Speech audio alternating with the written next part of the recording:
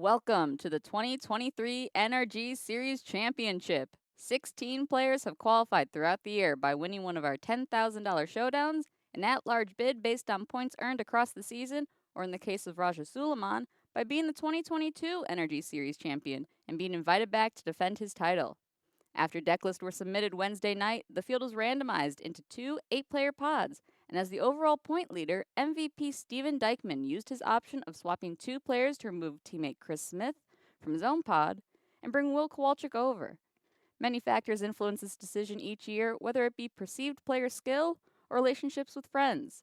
But Dykman was able to let us know that this swap was due to his metagame prediction and potential matchups in each format. As the finale of our 2023 series, these 16 players will battle for 2 days in 3 different formats and have many opportunities to lock their spot into top 8. Draws are not an option here.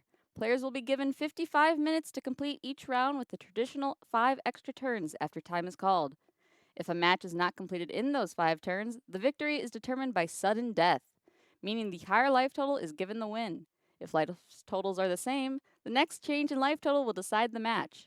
As a final note, deck list will be fully open for this tournament as of the start of round 1. No surprise hate cards, just strategy and fundamentals. With those distinctions in mind, the tournament structure is designed with 4 stages. Let's break that down. Stage 1 divides the field into 2 randomized 8-player pods and proceeds in round-robin fashion for 7 rounds. After 2 rounds of Pioneer, 2 rounds of Standard, and 3 rounds of Modern, the bottom 2 players from each pod will be eliminated from the tournament, while the top 2 players from each pod automatically advance to Stage 3 on Sunday morning. Stage 2 features a double elimination bracket as the middle of the pack battle for the remaining spots in top 8, their first opportunity to play against the other side of the field. This stage consists of 3 rounds where opponents will each veto one of the 3 formats to decide which will be played. Double elimination means that you have at least 2 chances to earn your spot in day 2. 2 wins puts you into top 8, and 2 losses will eliminate you from the tournament. We reconvene on Sunday morning for Stage 3, consisting of the top 2 from each pod in Stage 1 and the 4 survivors of Stage 2. This stage exactly resembles Stage 2. Players are paired by seed and will veto a format while their opponent does the same to determine which format will be played that round. 2 wins and you're in top 4. 2 losses and you're going home. Stage 4 is not for the faint of heart. Our remaining 4 players are reseeded based on overall weekend performance thus far and paired accordingly. Each match for the remainder of the tournament will be a best of 3 battles in all 3 formats. In match 1, the higher seed will choose the format and play draw. In match 2, the lower seed will choose a new format and play draw. If a third match is necessary, the remaining format will ensue, and the higher seed once again gets the option for play draw. We do the same thing again for the finals, and after a grueling weekend of extremely intense Magic the Gathering, we will have crowned our 2023 NRG Series Champion, earning them $6,000, an invite to Pro Tour Chicago, and an automatic qualification to the 2024 NRG Championship to defend their title.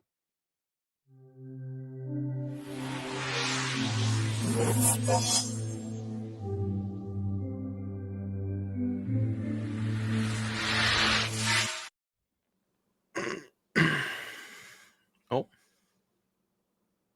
are we on us? Hello, everybody. Hello. I think we didn't get a notification. Hello, everybody, and welcome to day number 2 of the Nerd Rage Gaming Championship Series. I am Devin O'Donnell, aka Doomwake, joined by my co-host Dom Harvey, and we are going to crown a champion, Dom, today. And we have a lot of amazing Magic lined up for you. So, give me your thoughts on what happened day 1. What was the what was the most exciting thing that you saw day 1? Yeah, day 1 was a long, drawn-out battle across all 3 of our formats. So Standard, Pioneer, and Modern. We got to see our players duke it out in all 3 of those. And there was just a lot of good Magic being played across all 3 of those. A little something for everyone. So if you like long control mirrors, then we certainly had some of those. Going to have more of those for you today. If you like combo shootouts, we had some of those. And then if you just like the weird stuff going on the side, the things that you never expected to see, well, we've got some Slogurk and some Quintorius, and well, that's the same guy, but other people are helping out with that too. So yeah, a little something for everyone today, both format wise, deck wise, player wise. lots of people to root for. And yeah, someone at the end of today is going to be walking away as the NRG Series champion for 2023. They'll be walking away with a Pro Tour invite, and they'll be walking away with a nice chunk of change as well. $25,000 in our prize pool for these 16 players, who now have been whittled down to these 8 players. So we've already thinned our field, and many of the favorites coming into the tournament, according to their peers, according to a lot of the viewers, have made it in. Some of them took some tough losses at the end of the day to just miss the cut. But yeah, a lot of thrilling, high-stakes Magic yesterday, and a lot more of that today as well. Absolutely. Well, you mentioned we've whittled the field down from 16 to 8. So let's take a look and see what 8 players that we have remaining in our field here. We can get a graphic on your screen. So these are our 4 matches. We have Steven Dykman against Theo Jung. We have Fletcher Johnson against Raja Suleiman. That's going to be our main feature match. And then we have Jonathan Hobbs against Kyle Gonzalez. And then Matt Hoey against Ryan Hayes is going to be our feature match B. Now, I've heard some chatter in the Twitch chat about what format we are playing. Well, as of right now, we are still not 100% sure which format Fletcher and Raja have decided, but that's because we have a bit of a, just to kind of give you a rundown if you weren't here yesterday on how the formatting works. We are in stage 3, and what that means is that it's a double elimination event, which is very similar to stage 2. The top 4 players from stage 1 and the 4 players who advance from stage 2 are placed into a double elimination bracket for 3 rounds of play. In each match, both players basically get to veto a format. So the higher seed actually gets to veto their first format, whether it's standard, pioneer, or modern, and then the lower seed gets to veto the other format. So then whatever format doesn't get vetoed, that is the format that we play for that particular match. And it is double elimination, which means you lose 2 matches, you're out of the tournament, and all you have to do is win 2 matches. And it looks like our main feature match is playing standard, so that means we're going to have Fletcher Johnson against Raja Suleiman. If we can get the deck list, we have Fletcher on Esper midrange and Raja on Golgari midrange. So that should be a pretty interesting matchup. Just kind of initial thoughts, Tom. Who are we thinking in the Esper versus Golgari matchup? Yeah, this is the classic standard mid-range slugfest, which is going to feel pretty close. The decks, despite having some different colors, they both have a lot of the same black mid-range core. So the good removal spells, some of the good threats. So being on the play is a big advantage, and being able to kind of cement that lead once you have it, and never letting the initiative pass your opponent. That's going to be the key there. Worth noting that this format allows players a lot of agency over what formats they're playing and the outcomes too. So you have 3 formats you prepare for. That's a really tall order. And it's going to be hard to feel like you've aced every one of those formats, right? So you might think, I love my standard deck, but I'm not so sure about Pioneer. With this format, you get to veto Pioneer. You can remove that from the equation, but then that in turn gives your opponent the choice of which of the other 2 to battle you in. So you don't get to ignore a format entirely. There is a cost to doing that, but you can kind of pick your battles if you like. So there's some interesting tactical metagaming in that aspect of the tournament, on top of the question of, what deck am I going to play and which player do I want to face, and all of that good stuff. Absolutely. And like you mentioned, the kind of the concept of vetoing a format. If you think that you have a really bad matchup, but you think that maybe your opponent is not, maybe they don't think as highly of the matchup, you can kind of have this leveling thing where maybe you let them veto that matchup because they think that they're less favored or more favored. And there's just all of these different leveling things. So yeah, that is going to be our formatting for today. Looks like our players are just about ready to get started. So I don't know if you want to head over down to the feature match area. I see we're just doing some shuffling and cutting up. So yeah, we have Fletcher Johnson on the right-hand side of your screen and Raja on the left, Esper versus Golgari. Yeah, I mean, as far as the matchup is concerned, I do kind of agree with you. I think play draw is probably one of the most important things, less so than the matchup, just because, especially with, the both of these decks have just incredible plays that they can make early in the game. Like you have Raja's deck that can curve a 2-drop into Glissa on the play, can help you draw additional cards. Same thing with Gix, Yawgmoth, Praetor. And then Fletcher has similar curves with Deep Cavern Bat into Rafine. So yeah, play draw definitely a very, very important part of this. And Fletcher being the 2 seed versus Raja being the 3 seed is going to be on the play, but is taking a mulligan to 6 here. Yeah, some of these games can be runaways where you have the 2-drop into 3-drop and you have the removal spell for their 3-drop and you kind of run away with it. But there are these games which drag out, and at that point, these micro decisions really do matter. And you get the kind of really decision intensive standard gameplay that I think the format at its best has been known for historically. And hopefully we get to see some of that. Raja, for as much as we know and love him as a control player, and definitely in these other formats, he's brought that to bear. He's also known for these Raja decks, if you like, black white Rajas, Rakdos Rajas, these scrappy black mid range decks with some of his personal touches, some off the wall card choices. These are a hallmark of his competitive Magic career. We've seen him rack up a lot of wins with those in the past, and continuing that trend so far this weekend as well.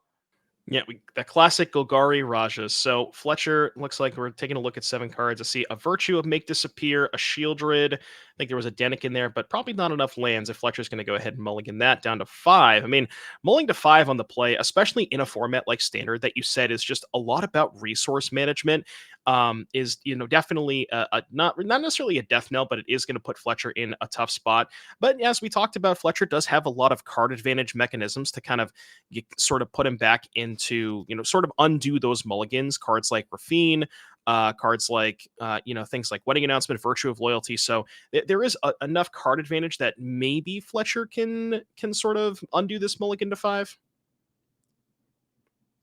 Yeah, that idea of card advantage has really become a lot more fluid in recent years, where there's this trend where every card just makes more cards, draws you more cards, creates lots of material on the board. And if you have enough of those, yeah, you can start on 5 cards. But if you have your Wedding Announcement here and a Rafine here and so on, like you can make up that difference pretty quick. And then also you can get those really aggressive nut draws where you go 2 into 3 and you curve out. And at that point, the opponent is going to have 4 more cards in hand than you, but it doesn't matter. They won't have time to cast any of those. So Roger's going to be very happy with how this is going so far, but not going to be taking anything for granted for sure. Yeah, and it looks like Fletcher's mulligan to 5 does have that start that we talked about, Deep Cavern Bat into Rafine. And I mean, as far as 5-card hands are concerned, I imagine that's probably as good as it gets. Yeah, I mean, you've got some other good 2-drops too, like the Subterranean Schooner and Denic, and which other 2-drops you play is like really a big point of contention between these various decks. But the one thing they all have in common is 4 copies of the Bat. This is a pretty innocuous card on the surface, but has quickly become this format-defining card, one of the most important cards in the format. And I think one of the coolest new cards is also a riff on an old favorite in Mesmeric Fiend. One of the coolest cards like that we've had in quite a while. Yeah, and we see the bat coming down on turn 2. Raja's hand is a whole bunch of lands, a Go for the Throat, a Preacher, and a Liliana. So Fletcher can maybe say something like take the Go for the Throat, hope that Raja doesn't draw a removal spell next turn, and then that's going to let the Rafine connect with the bat on turn 3, and even give you that Deep Cavern Bat to be able to sort of protect the Rafine against the Liliana. Yeah, and one thing you see as well is a lot of these boards are kind of fought in the air. So Bat into Rafine. At that point, you can have some big blocker, even with Death Touch, like the Preacher on the ground, and it just might not actually do its job as a defensive tool because everything's coming over in the sky. And so Roger's own Bat, if he's able to find one, cards like that, those are going to be pretty essential in kind of staving off this offense there. But as with Bat, there's always this risk that the opponent draws a removal spell and then they kill the Bat, they get that other removal spell back, they kill the other thing, and then the whole house of cards comes crashing down suddenly. Yeah, we see Mosswood Dread Knight to pick up here for Raja. We're going to go ahead and draw a card with that. I'm pretty sure Fletcher's happy to see that because that means that we have an uncontested Rafine hit. So I imagine we'll see hit the battlefield, Deep Cavern Bat going in. I wonder if Fletcher thinking about holding up this Make Disappear. It's interesting because you also have the Virtue. You know that Raja is going to tap mana next turn, so you know you're definitely going to get some value off that Make Disappear. But it's interesting to see whether he wants to just sort of maybe play the Rafine, hope to find a land so you can double spell next turn. But yeah, very, very interesting spot here for Fletcher. Yeah, and there's various things that Raja might attempt. So there's the Preacher that we saw, there's Liliana, which could force you to sacrifice either the Bat or the Rafine, and both of those are pretty high value. So yeah, Fletcher might decide it's better to either fight that on the stack or to make a more expendable token with a 2/2 with a Virtue that can go instead, and then maybe set up for a big immediate turn with Rafine after that. Yeah, and that, slight pause from Fletcher there, maybe Raj is picking up on, maybe my opponent has the Rafine, was thinking about going for it, and maybe that actually influences Raj's decision on which 3-drop to play, because we know he has a Liliana and a Preacher of the Schism. So if you're worried about Make Disappear, maybe you would commit your slightly weaker creature first, like that Preacher of the Schism, as opposed to going for that Liliana, which you probably have to assume is getting Make Disappeared. Yeah, there's this whole leveling war over what do I want to get countered, what do I want to resolve, and then you might think, well, I don't want this to get countered, but I don't want anything to get countered, so I'll just force Fletcher to use it, make him use this mana this turn, and deal with the problem that way. Maybe you think, well, by itself, this bat is just plinking away for 1 damage a turn. I can make Fletcher waste his mana and then find a window to sneak something through, and not give him any chance to use and make disappear. So lots of ways you could slice it. Could even wait, to cast a 2-drop or something next turn, maybe. Rogers is going to force the issue right now, though, with Liliana. And so now Fletcher actually has this decision himself, right? Whereas if Roger casts the Preacher, then the Virtue token looks pretty unimpressive. You probably have to make disappear that thing. Now, do you want to fight this on the stack? Do you want to just cast your Virtue, get that out of the way? Lots of decisions at each point here. Yes, we do go for that Make Disappear on Liliana. Bat's going to come in and pick up a card from Rafine. Looks like it picked up another land. So, and I believe the draw step for a turn was a second Rafine. So Fletcher can maybe discard that second Rafine, keep that 4th land to maybe try to find a 5th for that Virtue of Loyalty. But we'll have to see how Fletcher wants to proceed from here. As far as the contents in Raja's hand that we know about, we really only know about a couple of lands and that Preacher alongside the Mosswood Dread Knight in exile. So, maybe if Raja can pick up another 2-drop here, can try to double spell. And that's one thing that I've noticed a little bit when playing Standard is kind of these turn 4s. A lot of these decks have a ton of powerful 2-drops, but the 4 is kind of the sweet spot where you just go land 4, double spell, and try to kind of maybe swing the corner, press your advantage, or if you're behind, you can sort of catch back up that way. Yeah, all of the cards in these decks are really good at what they do. And so the question of, well, how does my 3-drop line up against their 3-drop? That one's hard to really get an edge in. Whereas sometimes the best thing you can do is just use your mana efficiently. Make sure there's a turn where you can double spell. So a turn where you get to cut down their threat and play your threat, for example, or you play Go for the Throw and a 2-drop. You're like the Dread Knight on your turn 4. Those sequences can really help to break serve, and if you were behind, that can actually put you ahead and not just try and keep up. One thing you noted with Rafine is that's a phenomenal card, but it doesn't put you up on cards. It just kind of sifts through a bunch of cards at once. And so if you don't have many spare cards, which turns out you don't when you start with 5, then you get forced into really tough choices here. Like, do you discard the lands, which going long, like you want lands for your creature lands and cast the 5-mana Virtue half and so on, but you also just want your spells. Like if that Rafine dies, you want the next one to follow up. So if Fletcher just started with 7, he would have a lot more choices here, and some of those choices might be easier. As it is, though, every one of those micro decisions might actually matter a lot. Yeah, looks like we have a judge call here from Raja. Curious as to what this is about. We're stepping away from the table to ask a judge a question. Not sure if we can, if we have any idea what sort of that is going on. But yeah, like you mentioned, just with the Virtue in hand and Fletcher being able, or Fletcher, mulliging to 5 and having to discard that extra land, or choosing to discard that extra land, it does make that Virtue a little bit worse because, that's kind of Fletcher's sort of not necessarily like I want to say catch up card, but Fletcher's a little bit ahead on board, so it's a card that kind of presses his advantage once you get to that 5-mana part of it. It's a card that, like, the game's sort of close, and then you play that 5-mana Virtue and you just put a counter on all your stuff, untap them, and that's kind of a way to swing the game from there. Looks like we are back here from Raja. Not exactly sure what the judge call was referring to.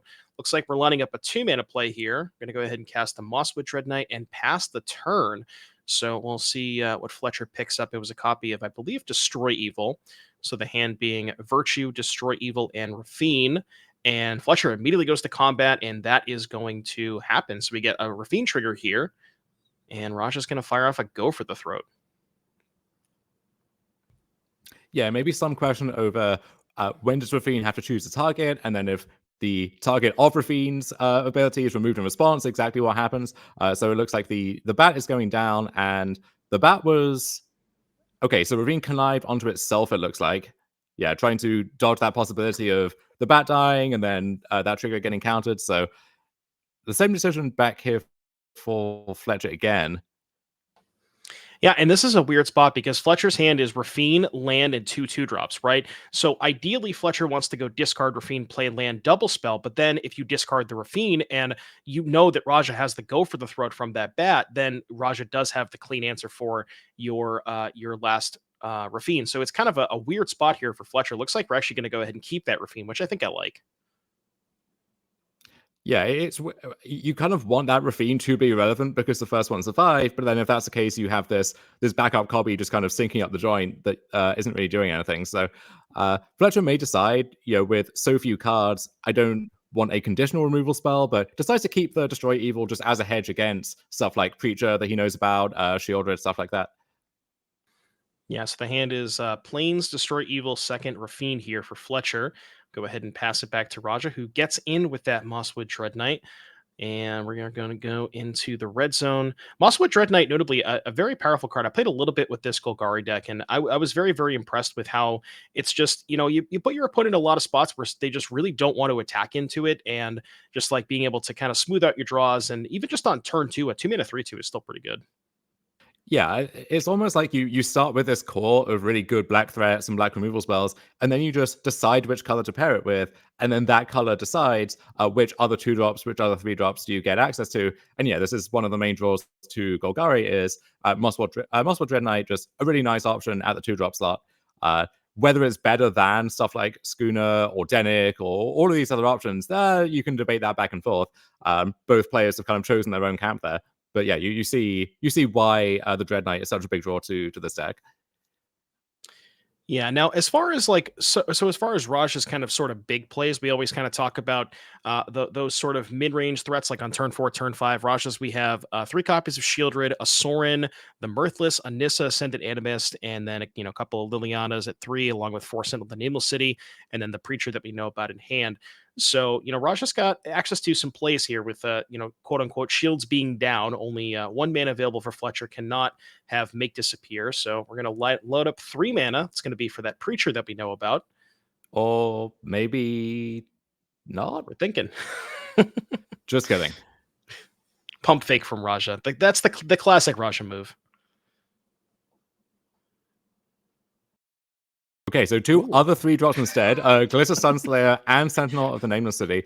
Both of these pretty big draws to Golgari as well. Glitter, basically impossible to block or to attack into, which is why, not yet another reason why players try to take to the skies instead. And then Sentinel of the Nameless City has been putting in good work in Standard and also in Pioneer, actually, just as this really solid 3-drop option, which, attacks well, blocks well, does both at once, gives you some extra value with the map tokens going long.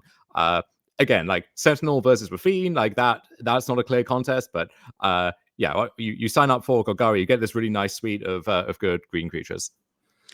Yeah, and I mean, excuse me, at this current stage of the game, I mean, Fletcher is just so far behind on board, behind on cards, just because of that Mulligan Defy, behind on mana sources. And, looking at Fletcher's deck list, it's really good at kind of it's really good at playing the tempo game of where you're kind of playing a threat, maybe protecting it, answering your opponent's stuff. But when you're behind multiple threats on board, there's not a ton of good catch up mechanisms, at least in a game one situation. We could talk about the sideboard when we get there. But a lot of these creatures are not the best at blocking. You have, Rafine, which is a 1/4. I guess Shieldred's good at blocking. Denick is fine and all, but not great cards on this particular board. Yeah, stuff like the wedding announcement. If Fletcher had that turn 3 on the play, like that could run away with the game as we've seen that card do so many times. In this spot, though, when you're so far behind, and when there's a Glitter threatening to just blow it up as soon as it connects, that card looks pretty underwhelming. Same thing with this Virtue, right? There's a version of this game where Fletcher just moves all in on that Virtue early.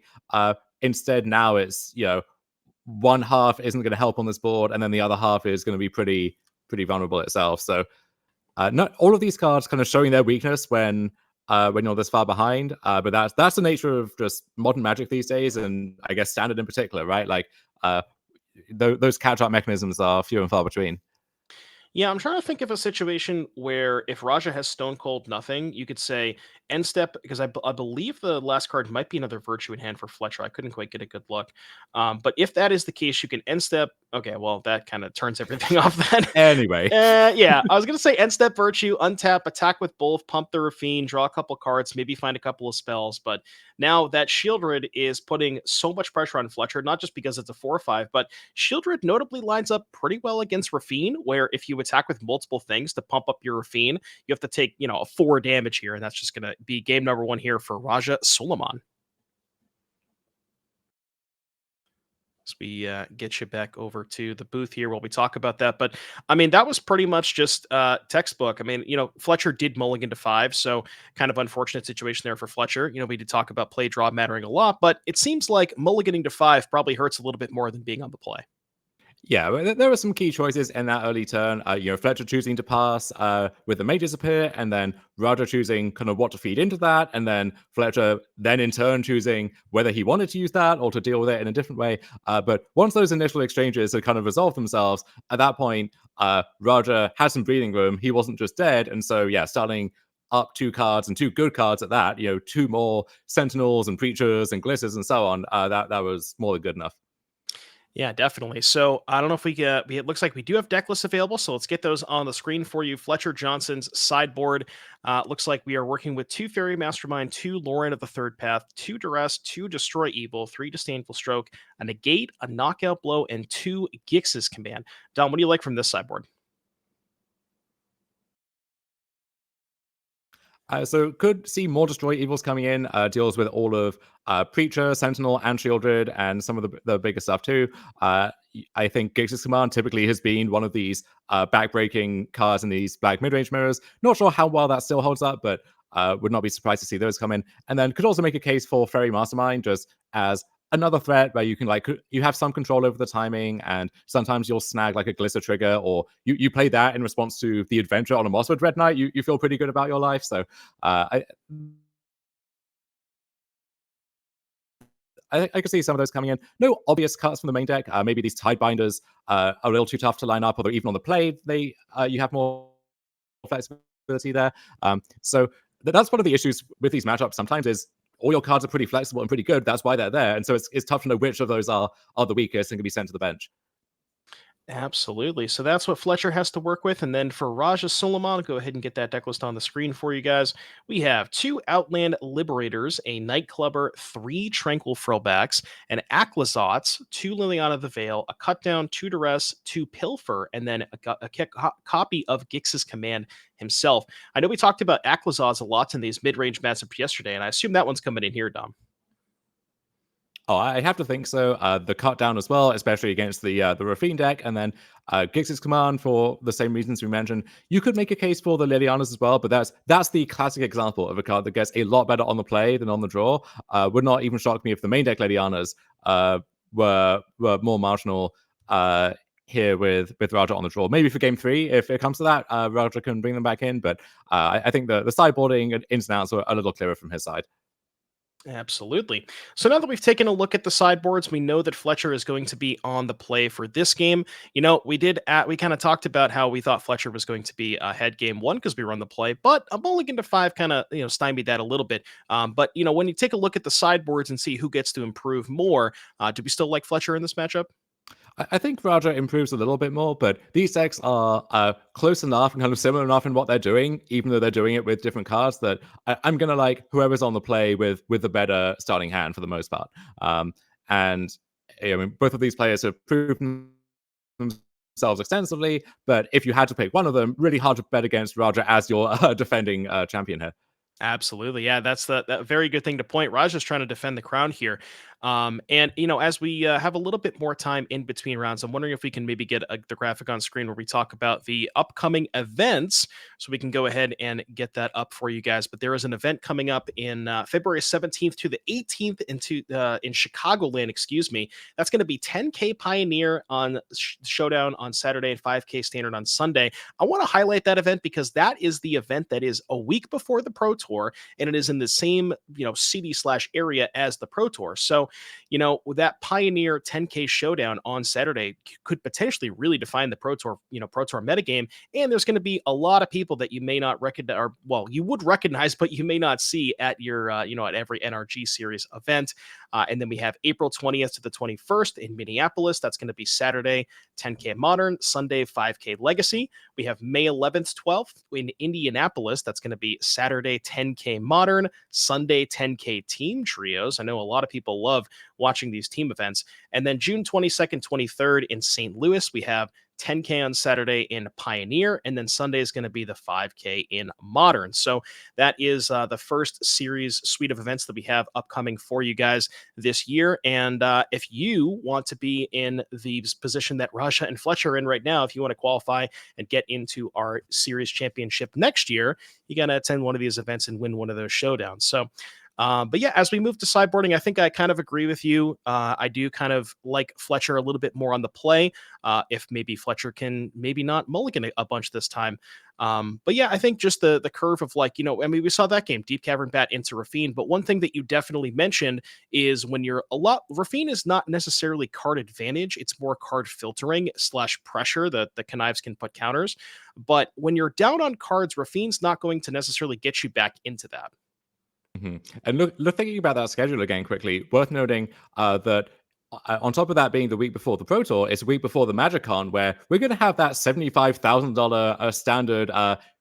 Don't call it a GP, but effectively it's a GP. So that Sunday 5K standard event, good practice for anyone preparing for that. And of course, for the Pro Tour itself, you're going to see the winner of this event playing in that Pro Tour. There is an invite up top for first place on top of the money and the crown and the title and the invite to next year's championship as well. So a lot to play for in this event and a lot to play for at those early events next year as well. Very excited for that Chicagoland weekend and hoping to make it out to some of the others. As you mentioned, there's really nothing like team trios when you have that team that you really vibe with and everything's going well. And the Legacy fans get something for them as well. I know they've been excited to see Legacy back as well. Here, though, in our game 2, Fletcher on the play again with turn 2 Deep Cavern Bat, sees a bat of Raja's own in his hand, along with the Sentinel Nightclubber, that looks like. I think is that other black card, which pretty nice against your opponent's Deep Cavern Bats. You see why that one's been brought in. Go for the throat, Mosswood Dread Knight, and then Boseiju and a Swamp there on the left. So yeah, Fletcher feels priced into just taking the clubber, because if he doesn't, some bats are getting clubbed before too long.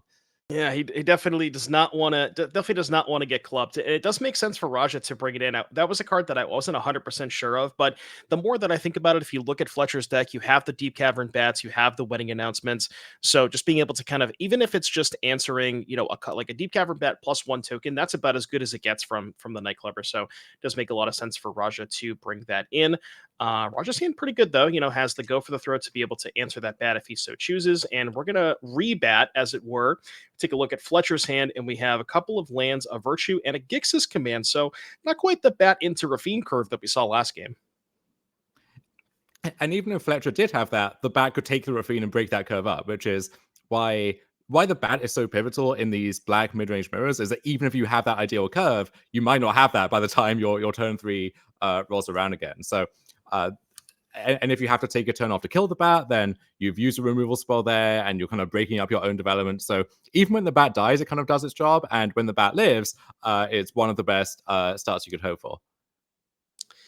Yeah, and just based on looking at the hands, we have perfect information because both players have cast one of those bats, and I kind of like Raja's position here. I mean, Fletcher has some good 3-drops to draw towards, like we said, Wedding Announcement, Rafine, Lord Skitter wouldn't be too bad. But yeah, I think I gotta like Raja's leftovers here. Picks up is that a knockout blow? Yeah, looks like one of those white sideboard cards. We'll get some confirmation on that in a second here. Interesting choice if that is a knockout blow.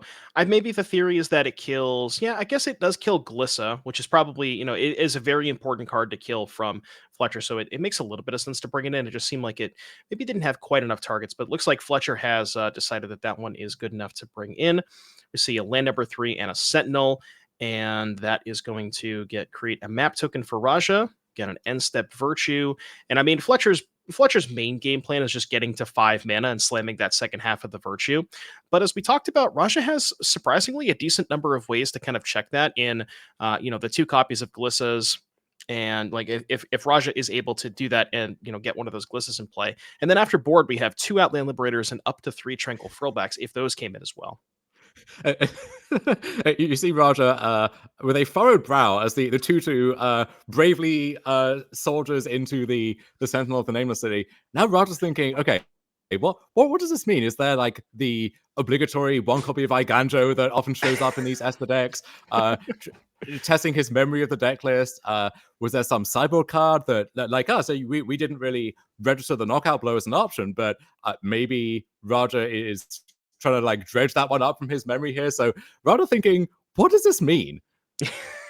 What could this possibly mean? This is pretty good, especially when you have open deck list. If Raja's, I don't know, maybe Raja being the boomer that he is, maybe his memory isn't quite as good as Fletcher's, but assuming that we can remember that 1 copy of Knockout Blow, if looking at Fletcher's deck list, nothing else really makes sense. I mean, there's no mana for wandering it, but there's no Emperors in Fletcher's deck anyways. But yeah, I mean, nothing else would really make sense here, either that or the Iganjo. So Raja's just, this is a pretty funny interaction. I would love this even more if it was closeless and you don't know what it's supposed to mean and you just bravely send it on in there anyway. And when they take it, when it's like, I don't know what this means, but I don't want to find out what this means, and they take it, you feel the moral victory, even if it's probably the correct play regardless. You feel like you got them. Yeah, and Raja does decide to block. And what's really important about that, Dom, is that map token is sitting there. If Raja had mapped on the Sentinel pre-combat to make it 5 toughness, assuming he hits a spell, the net knockout blow doesn't do anything. So that block is extremely important for Fletcher here. Yeah, once knockout blow is on your radar, it becomes a lot easier to play around, as these effects always do. But yeah, this is a spot where you can kind of get them for the first time when it comes up here. Yeah. Well, I mean, Raja knows there's only 1 copy in the 75, so it doesn't have to actually think about the second copy. But if we do go to game 3, maybe Fletcher has kind of put the fear of God in Raja. Now we got to think about whether or not we want to play around that in game 3 if we do get there. But this is kind of the exact situation that I was talking about earlier. Just wants to get to 5 mana to slam that Virtue, and also looks like Fletcher picked up a Shield Druid, which could maybe cook a little bit. Mm-hmm. Interesting move here from Raja too. So 2 spare mana, which could just cast, the other half of the Mosswood Dread Knight and so on. Yeah, like, use that mana efficiently, but we're passing with mana open. And so now you think, well, what does that mean, right? Like, is there some removal spell lying in wait for combat? Are we holding up something in case there's some like follow-up play? So lots of the kind of same back and forth going on here. And Roger may think, honestly, like, even if Fletcher has the knockout blow, maybe I want to block still just to make him use that card, make him use all his mana, right? Like, because this isn't a red creature. You don't get the discount. You're spending the 4/3 on that. So if you're spending your turn on that card and I'm soaking up some damage, maybe that's an okay trade regardless. I'll make you do that. So yeah, Fletcher goes for the 5 mana half of Virtue. Roger used that open mana on that Boseiju. Yeah, so no end of turn trigger there. And yeah, now Roger gets to untap and still doesn't have much on board, but also doesn't have much to contend with from the other side either. Right, and I can't remember going from turn 2. I think there might have been a Go for the Throat in Raja's hand, so it's actually kind of perfect if Fletcher knew about the Go for the Throat. He's because Fletcher drew a shield with that turn, right? And you see the Go for the Throat is face up, so you're like, okay, now I know my opponent has Go for the Throat. I don't want to go for a big creature here, so it's kind of perfect to go for that enchantment. And we talked about some of the answers that Raja has to answer enchantments. A lot of them are face up and or sorcery speed, Outland Liberator, Tranquil Frillback. But luckily for Raja, did have that 1 copy of Boseiju. Yeah, the one that just sneaks into any green deck whose mana isn't heavily warped otherwise, and you kind of get to free roll that one on the house. Fletcher did see that with his own bat on turn 2, just hidden away among the lands there. But that given that that's always going to be an issue, like again, maybe you just force Roger to use it and clear the way for the next wedding announcement or Virtue or whatever comes down the line. So a second bat here from Fletcher's side is going to take 1 Go for the Throat and see another. So that one's kind of a wash. Yeah, and you mentioned that kind of House of Cards thing. I mean, now we can just go for the Throat the bat that has the Clubber on it, untap, play the Clubber, kill the other bat, and then get that other Go for the Throat back. So I mean, Fletcher's House of Cards definitely a little threatening here against the go for the throat. So we'll have to see if there's a follow up. We know about the Shieldred, but Raja does have the Shieldred covered with that go for the throat. So Fletcher kind of in an awkward position here.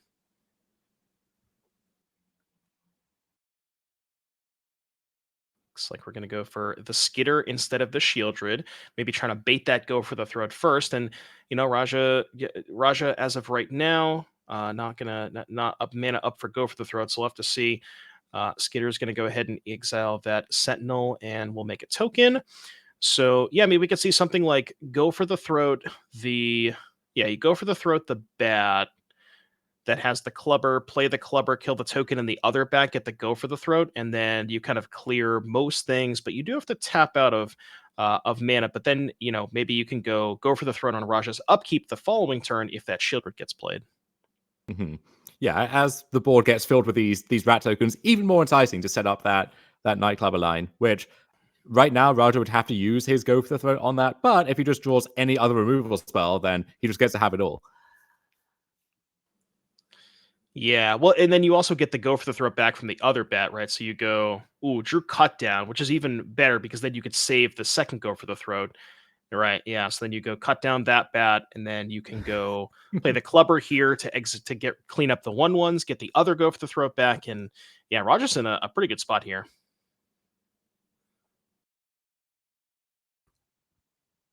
Fletcher has been successfully clubbed. Maybe you can justify an attack with a Dread Knight 2 now as well, or yeah, that one's going to come on in, and I assume this clubber was blitzed, so may as well get your card, get some damage out of that one while it's still around. Yeah, makes a lot of sense. Jam everything in there. Attack for 6. Fletcher at a relatively high 22, so can take a couple of hits there. From here, Fletcher has that Shieldred left over, but that one is covered from the go for the throat.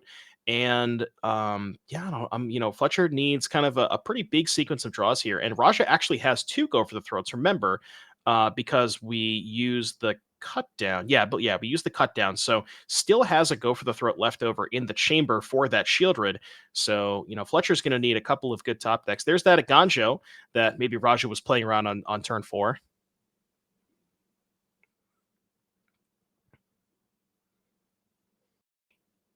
Yeah, and Fletcher knows this Shieldred is not long for this world, but again, like, what else are you going to do, right? You kind of have to, I think, accept the trade and then just hope that you draw another Shieldred or some other big hitter that can try and stabilize. Yeah, maybe trying to save it to see if we can draw a bat first. But, Fletcher's already got, I think Fletcher's gone through 2 bats this game. So maybe there are less copies of bat than there are, powerful 4 drops to try and find. And Or like you maybe, said, you just want to use your maybe mana. we get to actually ambush something with this Iganjo that's there for real this time.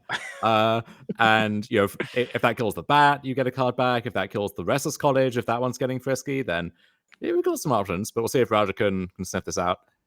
Yeah, I mean, you can, if Raja does attack with the bat, you can Aganjo the bat to get back the Gix's command. And then the Gix's command, looking at just, if we can get that up on the screen, because that one has a lot of modes and maybe a lot of people have not seen this card.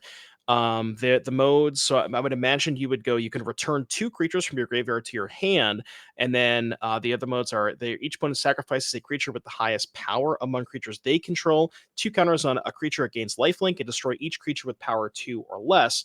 And yeah, it looks like that is going to materialize. We're going to Aganjo that bat, and that Gix's command can rebuy 2 creatures. That is potentially a way for Fletcher to start to claw back into this game. And one of those creatures could be the Shieldred, potentially, right? Like if you play the Shieldred, force out the removal spell, and then that's a nice high-value target to get back. Raja then does have the Restless College that could try and eat it if before the Gix's command could rebuy it. So lots of kind of weird back and forths here over several turns potentially. But that other Dread Knight finally coming off the bench as another 3/2, and Outland Liberator. Okay, so yeah, this was one of those other sideboard cards I did think about, given that we've seen all of these virtues and running announcements and so on. It's another answer to those, and just a good thing to play on turn 2. If Fletcher has to play this reactive game, then you might get to flip that thing, and then it's a pretty scary attacker in its own right. So yeah, a nice little 2-drop there that you also pick up on the house by being in green. Yeah, and it kind of puts a little bit of pressure on Fletcher. If there's no answer for it, that thing flipped is really, really good because you don't even have to sacrifice it to start getting at those wedding announcements and virtues. So, if Fletcher decides, maybe wants to hold up some like a turn where he goes holds up, make disappear plus virtue, and that thing, the Outland Liberator flips, it can put him in an awkward position. So yeah, so we have the Gix's command. I guess you can go destroy the Liberator and then rebuy two creatures. That doesn't sound that great. The graveyard's not super well stocked here for Fletcher in terms of just creatures to get back. You can get back a couple of bats, but it's not clear the bats are super relevant here.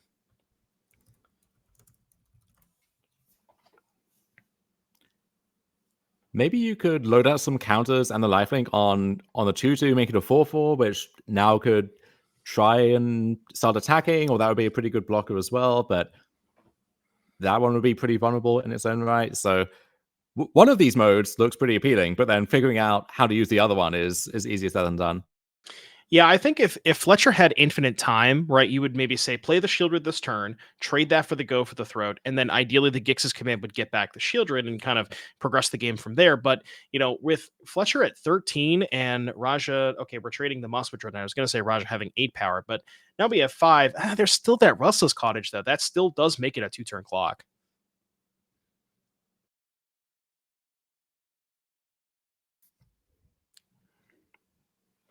So it looks like Fletcher lining up a Gix's command here. Curious to see the modes. My assumption would be regrowth 2 bats, kill the Liberator. Or I guess you could maybe kill the Dread Knight because it says, sacrifice a creature with the highest power among creatures they control. But if you kill the Dread Knight, then Raja can just, play them both from the graveyard next turn and you're falling even farther behind on cards. So it looks like we are going to pick up those bats. Yeah, so I think the hope now is if Raja still just has one removal spell, you bat that away, you play the Shieldred survives, and then it gets a little bit dicey on that turn, but if you untap with the Shieldred, then maybe you start to feel good about things. Yep, exactly. Because we do still know about the one Go for the Throat in Raja's hand. Does have the ability to play the Dread Knight from the graveyard. So Raja has kind of a sort of a perfect amount of mana where we can go play the Dread Knight from the graveyard, animate the Cottage, attack for 7 to put Fletcher on a 2-turn clock, while still casting that Dread Knight. So we'll have to see how Raja wants to move forward with the turn here. But it seems like a pretty good setup for me. Looks like we're not going in with the Cottage. We're just getting in there with the Dread Knight. Which almost is scary in its own way because it implies Raja has lots of other good ways to use his mana. So that could start with just the Adventure Dread Knight from the graveyard, recasting one or both halves of that. Or it could be... That one's pretty good. Nissa for the full 7 mana. Jeez. So, yeah. So that one's going to start churning out. I think we'll start with an 8/8. Is that right? Yeah, so it starts with an 8/8. I know this one a lot. It's only going up from there, these tokens are only getting bigger and threatening that overrun effect with there's at least 2 forests there. 2. Yep. So the ultimate -7, being able to give all of your creatures +1/+1 and trample for each forest you control. So as of right now, you could even say animate the Cottage, pump the ultimate the Nissa, and that would be an attack for, my math is a little off, but it looks like approximately 1 million. We probably have lethal through the Shieldred because I don't think we have life totals updated after that 3-point attack. So I think Fletcher should be at 10. Yeah, if Raja just fires out the Cottage, uses the overrun on Nissa, and then let's see, that's 8, 11, 15, 17, 19, 21. Like, yeah, that's clean lethal through both blockers. Yes, maybe. All right, we're just gonna maybe. Well, I mean, see, to be fair, the Nissa is in that Phyrexian language, so maybe Raja doesn't know what the ultimate does.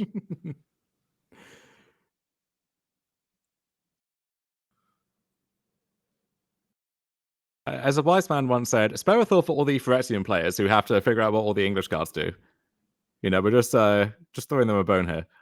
All right, there's the Cottage, there's the ultimate, and that is going to do it. Raja Solomon taking down Fletcher Johnson 2-0, which is kind of surprising. We talked about this in the intro, and Fletcher was on the play. Now, game 1 situation did go ahead and mulligan to 5, but Raja winning both of those games on the draw against the Deep Cavern Bat Rafine deck seems pretty impressive, Dom. Yeah, as it turns out, Fletcher just didn't really have a good follow up to the bat, and so we reached this stalemate where he didn't have much going on, and Roger had a lot of different things going on and was able to capitalize on all of those. And this is the draw to a deck like Golgari is once the game drags on to that point, pound for pound, your cards are a little bit better on average. They don't kind of feed into each other the way that some of the aspects cards do. And yeah, you have enough time to just play a 7-mana Nissa Ascended Animus. Like cards like that will just overwhelm anything that moves. So we're going to join our backup match. Which players and which format we have going on over there? Looks like we have Ryan All right, Hayes, so Domain, Matt Hoey on Esper midrange, some more standard action. And this is game number 3. Game number 3, Ryan at 13, Hoey at 27. And let's see where we are in the game. Couple of beanstalks, looks like a large deep cavern bat and a Rafine. And make disappear, taking care of a Chrome Host Seed Shark. So what do we think? Oh, well, there you go. The match's already over. I was going to ask you what you thought. Well, we came with the pivotal moment. Urtai countering the sweeper that Ryan needed to stay alive. So yeah, the Esper deck got the pressure on early, had the interaction at the crucial time. That's a recipe, and we actually saw that come to fruition. If only briefly over there on the back table. So big victory there for Matthew Hoey, who he was off to a rough start. Yeah. One of the features of this format is you can start kind of in the hole at 0-2 and your tournament isn't over. You're as much in the hunt as anyone else. And so, yeah, he and his opponent still very much in the hunt here. So I think that's going to do it for the magic that we have for this round. So we'll throw you to a quick break, and then we'll come back with our next round and more magic across various formats with various players here in just a second. Don't go anywhere.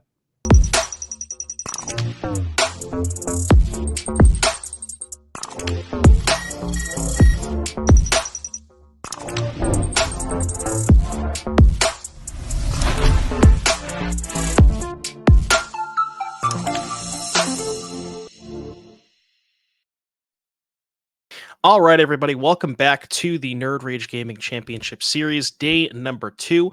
I am Doomwake, Devin O'Donnell, joined by Dom Harvey, and we have some more action for you today. We have some elimination matches. That means if you lose, you are out of here. And first up, we're going to be featuring Fletcher Johnson and Kyle Gonzalez. Looks like they have chosen to play standard, and they're shuffling up and they're getting ready to go here. So we have Kyle Gonzalez playing a really sweet 4-color Legends deck, the Slowgurks that you had mentioned the previous round, against Fletcher Johnson, who we saw last round take a loss to Rajan Esper midrange. Who do you like in this matchup, Dom? Well, in terms of who I think is going to win, yeah, the Esper deck is pretty solid. I think this is one of the matchups that the 4-color deck wants to avoid. In terms of rooting interest as a wholly impartial broadcaster, Slowgurk. Yeah, this 4-color deck is very, very cool. I think from the beautiful brain of one CFT Sulk, who if you recognize that screen name, you know something delightful is in store here. So yeah, this is this kind of engine deck where you have Rona, Inti, Slowgurk, and all of the legendary channel lands from Neon Dynasty. You're unlocking the discounts there, so you're looping Otawara and Takanuma and Beseiju and Soken-san all over the place. We've just got some Urtai, some Glissers, just generically good legends filling it out. Relic of Legends is this mana engine that lets you cast and channel all of these pieces. And then because you're in 4 colors, you get your pick of the litter in terms of you've got your Go for the Throats and your Duresses and so on as well here. So very, very cool deck. Excited to see it in action. And Kyle is someone who his modern choice of Amulet is relatively tame in the grand scheme of things, but he is bringing the heat here in both Standard and Pioneer. So very excited to watch this deck try and do its thing. Yeah, Kyle's brought some absolute bangers, like you said, in Standard and Pioneer. And it looks like we are ready to go. So Fletcher Johnson, the 2 seed, Kyle, the 4 seed. So that I believe means that Fletcher is going to be on the play. And Fletcher, we saw last round. This is the kind of your traditional Esper deck. We got some Deep Cavern Bats, Rafines, all that kind of good stuff. Wedding announcements, Virtue of Loyalties. And looking at Fletcher's hand, I see there's the Bat and the Rafine. So that's kind of the 1-2 punch that we saw last round. And Fletcher, we're gonna take a look and see what Kyle's hand is off this Bat. And it looks like we have a couple of lands, 2 Glissas, a Go for the Throat, a Slogurk, and that aforementioned Relic of Legends. That's kind of the mana engine in this deck, and it kind of helps the deck tick here. Do you just take the Go for the Throat? I think so. You have that odd dynamic of, well, if you don't take it, they just kill the bat and get their card back. And Kyle's hand is pretty well set up to be resistant to bat, not just because of that, but also the redundant Glisser, which is one of your best threats in the matchup. And then no one engine piece where you take that out of the hand and the whole thing collapses. He can still play just some good, honest Magic even without that. And that's one thing this deck has going for it is you don't need to have all the pieces whirring in tandem. Sometimes you play a Glisser and you start hitting them, or you play an Inti and that kind of runs away with the game by itself. So you have these Esper Legends style draws still, but in this this weird and wacky combo setting as well. Yeah, and one thing you mentioned, we saw a copy of Takenuma in Kyle's hand. The legendary lands from Kamigawa play a very, very important role in this deck. Not, mostly because you have a lot of legends, so you frequently will get a very big discount on them. But they also happen to work very well with Slogurk. Just kind of that engine that you talked about, being able to Slogurk, rebuy some of those legendary lands, as we see a Glissa trade for Make Disappear. And we saw Fletcher that turn choose to hold up Make Disappear instead of playing Rafine, but now the coast apparently is clear to play that Rafine and getting in with the Bat, and Fletcher's going to be able to start looting and finding some more action pieces. Go ahead to discard a Destroy Evil. It's going to put a counter on the Bat, get in for 2 damage. Kyle's going to fall to 19 or 17 rather. And Fletcher has land number 4. And we know about that second Glissa, so Kyle can go towards that at the bare minimum. We'll have to see what we choose to go for here.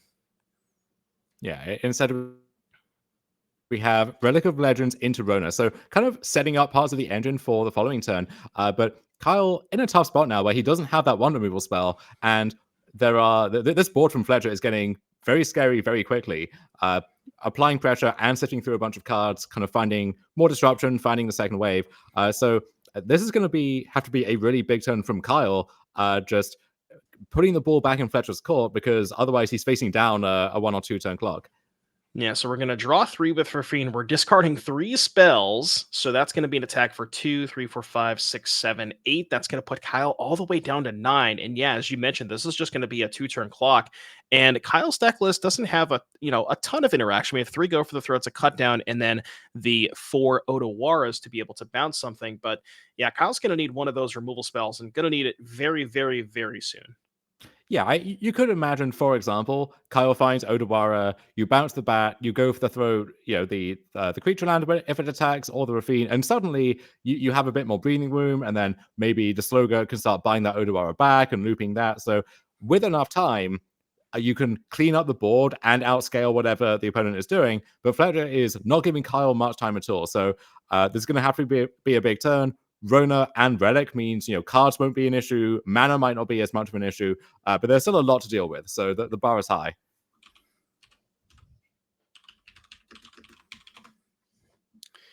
Yeah, so we're going to see Kyle untap here. Even if we don't have a removal spell in hand, we can always, activate the Rona to try and find one. And we do immediately go for that Rona, see if we can pick up some sort of interaction here, because without it, Kyle is going to be dead on the board to the creature land, the Rafine, and the Deep Cavern Bat. Just a ton of pressure. And this is kind of, exactly how you draw it up for Fletcher. Just that curve of, Deep Cavern Bat, take your removal spell, counter your 3-drop, play Rafine, and the game just kind of snowballs out of control from there. One other way that Kyle might get back in it is Titania, the 3-mana one from Brothers War. That lets you gain life whenever a land is put into your graveyard from anywhere. So if you are triggering that several times separately per turn cycle, then that gives you a nice little life buffer to keep up with what's going on there. So here's Slogurk, and we're going to get the 2-mana discount to channel Takenuma. Okay. So that will get back Inti. Inti. Now, where do we go? Slowgurk will grow even further.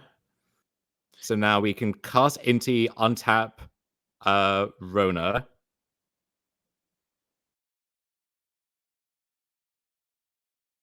Okay, I kind of see where this is going. So you can, now that there's 3 counters on Slowgurk, you can remove the 3 counters, return the Slowgurk to hand, get back the Otawara, and then use the Relic to make mana to Otawara. Yeah, you have exactly enough, right? For the Slowgurk. I guess you can float mana too. You can use Yeah. float mana with the Slowgurk with Relic, make a blue, activate Slowgurk, get back Otawara, and then use the blue floating plus the Relic on another legend to use that to bounce the creature land. So Kyle may be stabilizing? Question mark.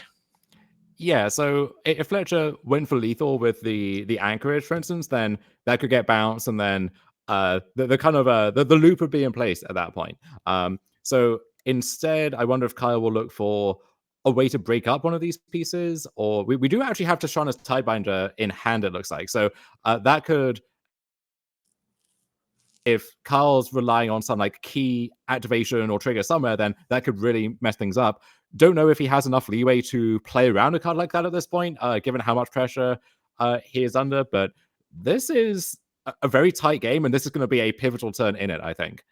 Yeah, as from Fletcher's perspective, I don't think we have enough mana to animate the creature land and hold up Tashana's Tidebinder. I think we're just 1 mana short. Yeah, so 3 mana to animate the creature land, and then you have 2 left over, which is not going to be enough to use that Tashana's Tidebinder on the Otawara. So you could maybe say go to combat, hit with the Rafine and the Bat, and then keep up the Tashana's Tidebinder to maybe stop a Slowgurk activation. We'll have to see how Fletcher wants to proceed here.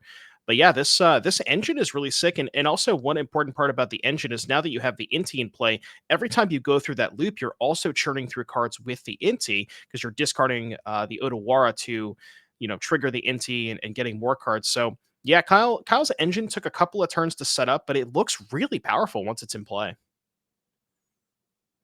Yeah, so here is Go for the Throat attempted on Rona. Ooh, this is kind of And you see interesting. an eyebrow raised from Kyle here. So in response to that, Rona can loot or Rona can tap for mana. So we're going to tap Slowgurk for mana first, bounce Slowgurk back. That will get the Odawara, the Takanuma, and the Xander's Lounge. So you see kind of 2 loops in place there, right? So Takanuma with Slowgurk just can loop each other endlessly while also getting other stuff back, if nothing else. And then Odawara, in a pinch, can also bounce Slowgurk, but can be bouncing whatever else we need to as well. So I wonder if there's a consideration for... Okay, so we're using the floating mana to Bounce the Rafine. Odawara and... Yeah, it looks like Kyle Yeah. has bounced the Rafine because we had a blue floating. We get a 2 mana discount on Otawara, and we had 2 untapped legends. So that's 2 mana activation plus the mana floating. So that will go ahead and bounce the Rafine. And what I was thinking is so this is kind of a heads up play from Fletcher where go for the throating the Rona means that Kyle does have to act because of that discount on Otawara. If you let the Rona die, the Slowgurk has to return itself for the activation, and then you wouldn't be able to do that. So now we see a Tashana's Tidebinder that's going to counter the Otawara activation, and that's going to let us attack with the Rafine and the Bat. So not going to be lethal, but still a pretty good swing here for Fletcher. Gets to pick up 2 cards and find some more action. Yeah, and removing the Rona, it removes one of the main repeatable mana sources here. So you're choking Kyle on both mana and looting, which in turn is more cards thanks to Inti. So the Rona is one of the key engine pieces there. And now Kyle is at a spot where there's 2 or 3 lethal threats on the board potentially, and it's going to be very difficult to clean up everything here. Yeah, Kyle's going to fall to 5. So, I mean, if you think about, we know about the Slowgurk, there's the Bat in Exile. The Bat can provide a chump blocker for a turn, maybe a little bit of reprieve, but notably the Bat is not legendary, so it would not give you a discount on the Otawara. So we're going to start with Slowgurk.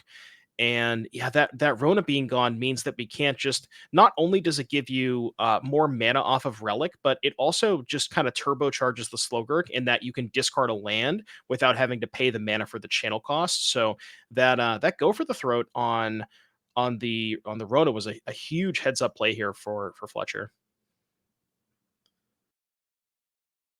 We're going to start with a Takenuma. That's going to find nothing too crazy. We're going to go ahead and get back the Rona, but we can play the Rona this turn. It's not going to have haste though. It's not going to be able to loot this turn. So yeah, I don't know. I don't think I saw a second Odawara in Kyle's hands, so it's looking a little tough here. Yeah, well, one issue is if you don't have a way to scale up mana while getting the discounts as you need to, then you kind of just end up spinning your wheels, like doing the same things over and over. And if the opponent's making progress on top of that in the meantime, then it's tough to actually pull ahead. And that may be the issue that we're discovering here. Yeah, so Kyle's going to go in the tank here. We have three mana available to us because the Relic can tap for a mana, the Relic can tap the Inti, and then the Dreamroot Cascade. So 3 mana for Kyle. So looks like we're thinking here. I can't quite get a good look of what is in Kyle's hand. I think I saw a Sokinzan, but that's not going to do too much against these flyers. We can make some chump blockers, but not going to be able to block the Anchorage or any of the other flying creatures on the battlefield.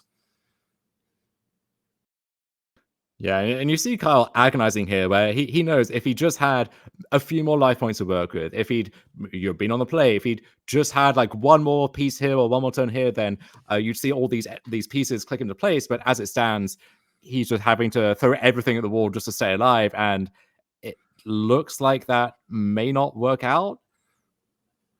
Okay, we're Never going say never. for 2 mana. Here's the bat.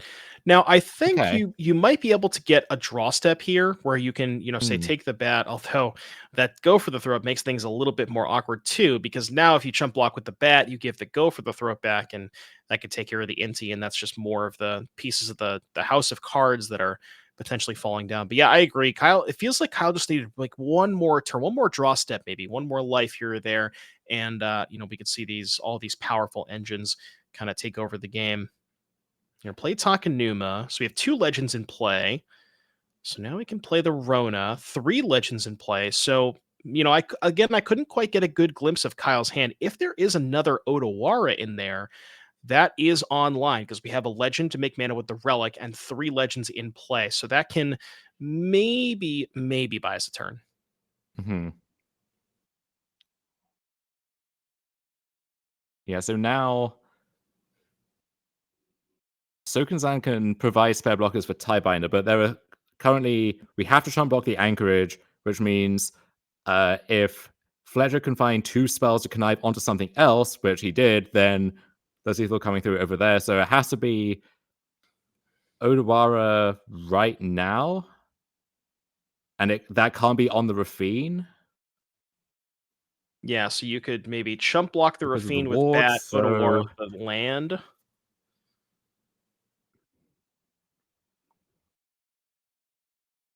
yeah, if it is Odawara, then Kyle just about stays alive.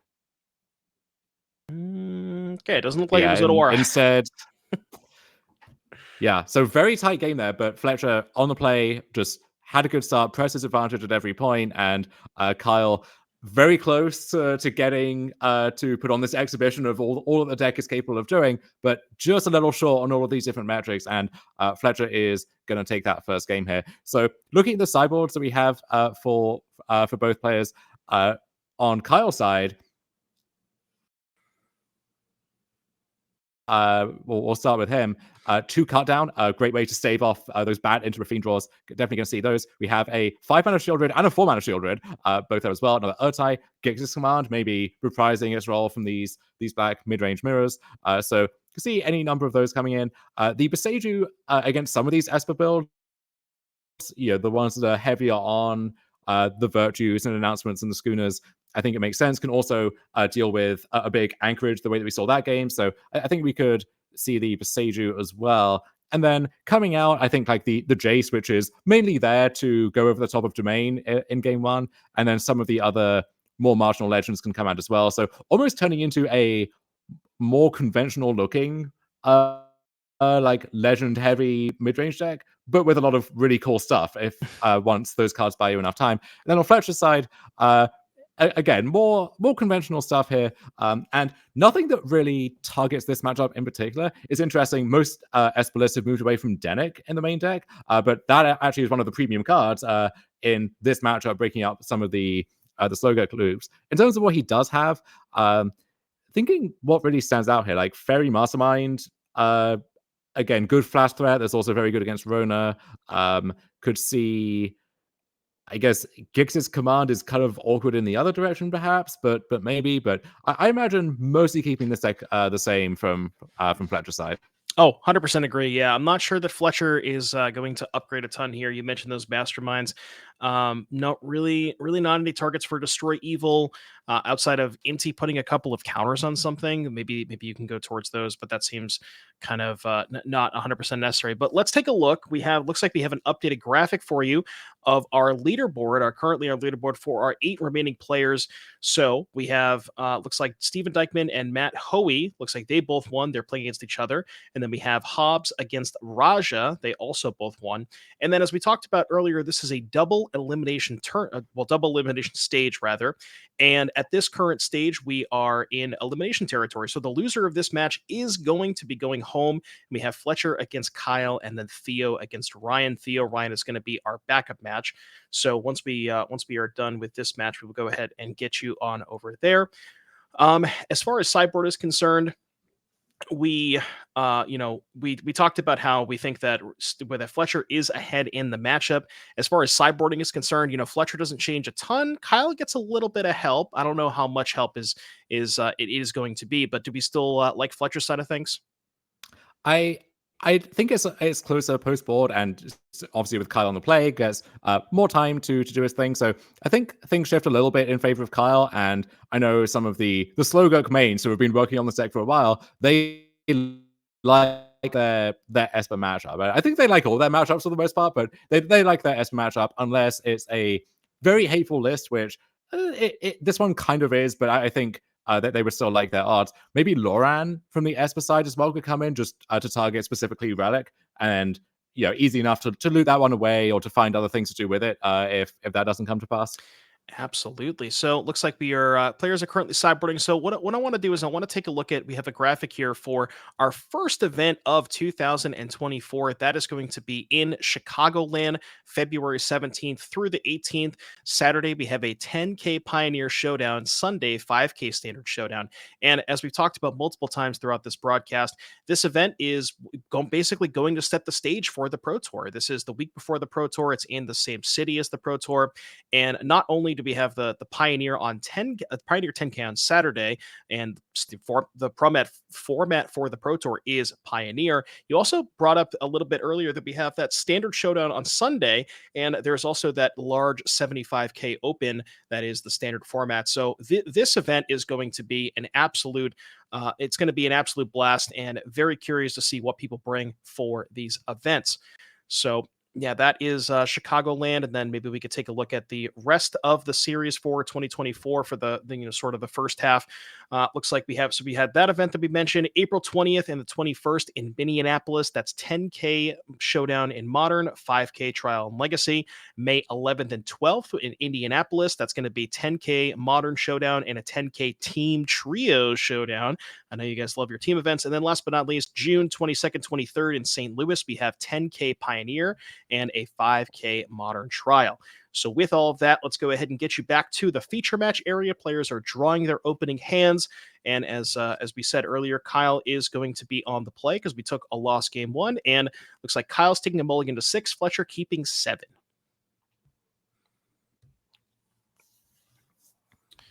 So we'll have to see exactly what transpires from this game. I'm kind of on the side with you, Dom. I know we talked about I'm rooting for Kyle. Like I want the Slow Gurk deck to win, but in my in if I had to vote with my wallet, I would probably I probably bet on Fletcher here. And as we talked about a couple of times, this is an elimination game. Loser goes home, and winner gets to continue to fight for their lives in the tournament. This is again double elimination. and both these players took a loss in the first round of today. So we'll have to see exactly what's. Give me an idea of what's the ideal opening here for Kyle. So I would say Rona on turn 2, ideally, maybe a bat just to clear the way. But you could also have these normal looking draws that are maybe just, let's say, 2 removal spells and a Glisser or something, and the Glisser could run away with the game. But in terms of the combo focus, your turn 2 Rona is the thing that really helps to tie the room together. And really hard to tone down a draw, especially on 6 that has that opening, which Kyle does here. We'll see if Fletcher has the response right away, and he does with a cut down. Yeah, so Rona here for Kyle, cut down, in kind here for Fletcher. See if there's a follow up for Kyle. That is the Glissa. So, There's Glisser. if there's no go for the throat on Fletcher's side of things, that Glissa can maybe start to go to work. Maybe, put Fletcher in an awkward position if we have something like a wedding announcement or any other enchantments. I see a couple of Schooners, Destroy Evil, which is, a relatively premium removal spell, but not going to cut it against this Glissa. Yeah, Destroy Evil is weirdly awkward against Kyle's deck because Rona has 3 toughness, Glisser has 3 toughness. Slowgurk can get to 4 toughness, but at that point, that's kind of where you want it anyway. And so everything else kind of sneaks underneath it. And I guess Inti maybe can get stuff to that breakpoint as well. But for the most part, going to be tough to line that one up in the way that you want. I guess it's a nice hedge against stuff like the shield grids from the sideboard and so on. But right now, that Destroy Evil just kind of mocking Fletcher from his hand. Going to go for Schooner into Rafine instead, which is a nice opening, but that's going to mean that that Glisser will get more turns to attack unimpeded. Yeah, Glissa's gonna, excuse me, Glissa's gonna continue to get to cook here. Subterranean Schooner, not a card that we've seen a ton today so far. Very, very extremely powerful 2-drop. We saw a little bit of this yesterday, and this is, kind of one of the cards from Lost Caverns of Ixalan, probably that has had a bit of the most hype coming around it in terms of standard, just because it just offers you so much in terms of card selection and additional value, getting to explore, and we see here that is able to go to work. So we have an Inti. Well, what makes Glissa better than giving it trample along with First Strike and Death Touch? That's a pretty good set of abilities. That is a lethal combination, yeah. Although this will actually get the Glisser to 4 toughness, which conveniently for Fletcher gets it in range of the Destroy Evil. So it's going to take a big hit here. Can't be too happy about that. And we'll see if Kyle has another follow up to kind of press this lead. But we do now finally have a way to remove the Glisser, even if it's too little, too late. Yeah, and it's That's Titania. Titania. Yeah, Titania Okay. off of the Inti. That one can go ahead and be cast for the turn. I don't think we've seen Titania on camera yet, so if we can get that one up on the screen for the folks at home, just to kind of get a refresher on what that one does. And yeah, so we see Fletcher has, definitely probably wants to deploy that Destroy Evil this turn. So here's Titania. It's a 3/4 reach whenever one or more land cards are put into your graveyard from the anywhere you gain 2. And then it's got some stuff where it flips. It's probably not going to flip super often here. But another thing worth noting is that 4 toughness, that's kind of the magic number for that Destroy Evil. So we actually, we went from having 0 targets to now having 2 targets. Although you probably want to lead on killing the Glissa here. And Sadly, no Argoth in the deck, so the Mel Dream is officially dead. If Kyle manages to do that, we're going to have some serious questions. But Titania just as this good reach blocker, 3/4 reach is decent stats for a 3-drop, and then also giving you that continuous life gain as well. Like when you have the engine in place, all you need is to stay alive long enough to use it, and Titania can help get you there. so basically what you're saying is Titania, Slowgurk is Splinter Twin Deceiver Exarch. That's kind of what I'm hearing from you. Yes, but when you have all those in place, you officially overslime all over the opponent. All right, we're seeing an attack here from the Subterranean Schooner. Going to get in there, also, explore onto the Rafine, and there's the Destroy Evil onto the Glissa. So that was Kyle's premium threat. That's going to go ahead and hit the graveyard. Choosing to do that main phase to cut off, not only cut off the amount of mana that we have with Relic, but also to cut off those channel lands, because the channel lands get a discount. So if you kill the Legend, well, on Fletcher's turn, then a little bit less of a discount on Kyle's turn. And we'll have to see what kind of follow up here for Kyle. Looks like maybe second copy of Inti. That's a decent start.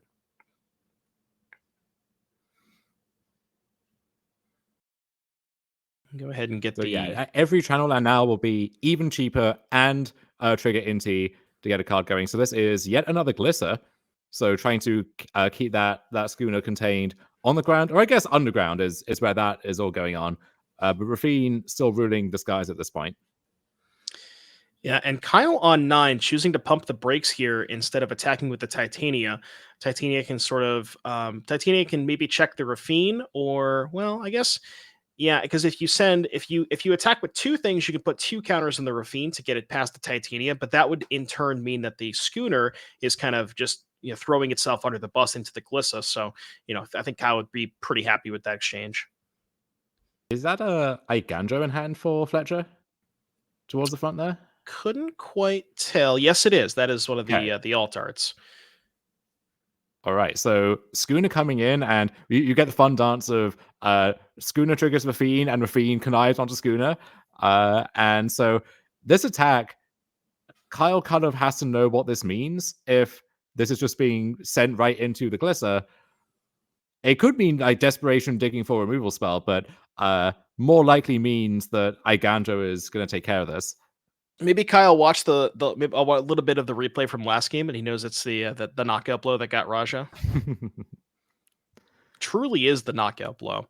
Odawara there too as well for Fletcher. So Fletcher now is like the Channel Land theme deck on the right instead. All we need is the Slowgurk. We have the Plaza in play. Fletcher could have just splashed Slowgurk, and she chose not to, unfortunately. But I mean, I have wondered if you could splash Rafine into the 4-color deck. Not sure the mana actually works at all at that point, but you dare to dream, So we're going to discard the Odawara. We see a block from Glissa, and that's going to get taken care of by the Iganjo, getting a little bit of a discount from the Rafine. And that's a pretty big swing here, because that was Kyle's best blocker, especially against this massive schooner. So going to need some sort of answer to that. Odawara in play, not in hand. And notably, Kyle's been missing a couple of land drops. So, in theory, does have all action in hand.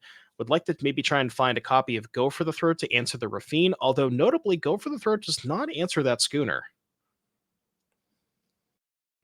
Yeah, I think Besaju would actually be the ideal answer for the schooner here. I guess Odawara could do it too, or if Soken-san finds its way to Kyle's hand at some point, then you could generate this steady stream of charm blockers for that as well. So Inti comes in, Soken-san gets played. Yeah, and notably, Kyle actually discarded Kyle has left over. Kyle discarded a Go for the Throat that turn, so putting just a premium on, Kyle's like, well, I have this answer for the Rafine, but the Rafine is not the big issue at this point. So Kyle, looks like Kyle's prioritizing trying to find an answer to that schooner. And we see an end-step Fairy Mastermind here for Fletcher. And, that one can't currently get past the Titania, but if Fletcher can maybe find an answer to the Titania, that can help the Mastermind get in here. I'm curious to see what is in Kyle's hand. I think I might have saw a copy of Cut Down. Yeah, discarding the Go for the Throat in that context is interesting then. Oh, Urtai, okay. So this is Urtai killing Rafine, presumably, although I guess we discarded a different way of doing that, so I guess we're countering the Mastermind. All right.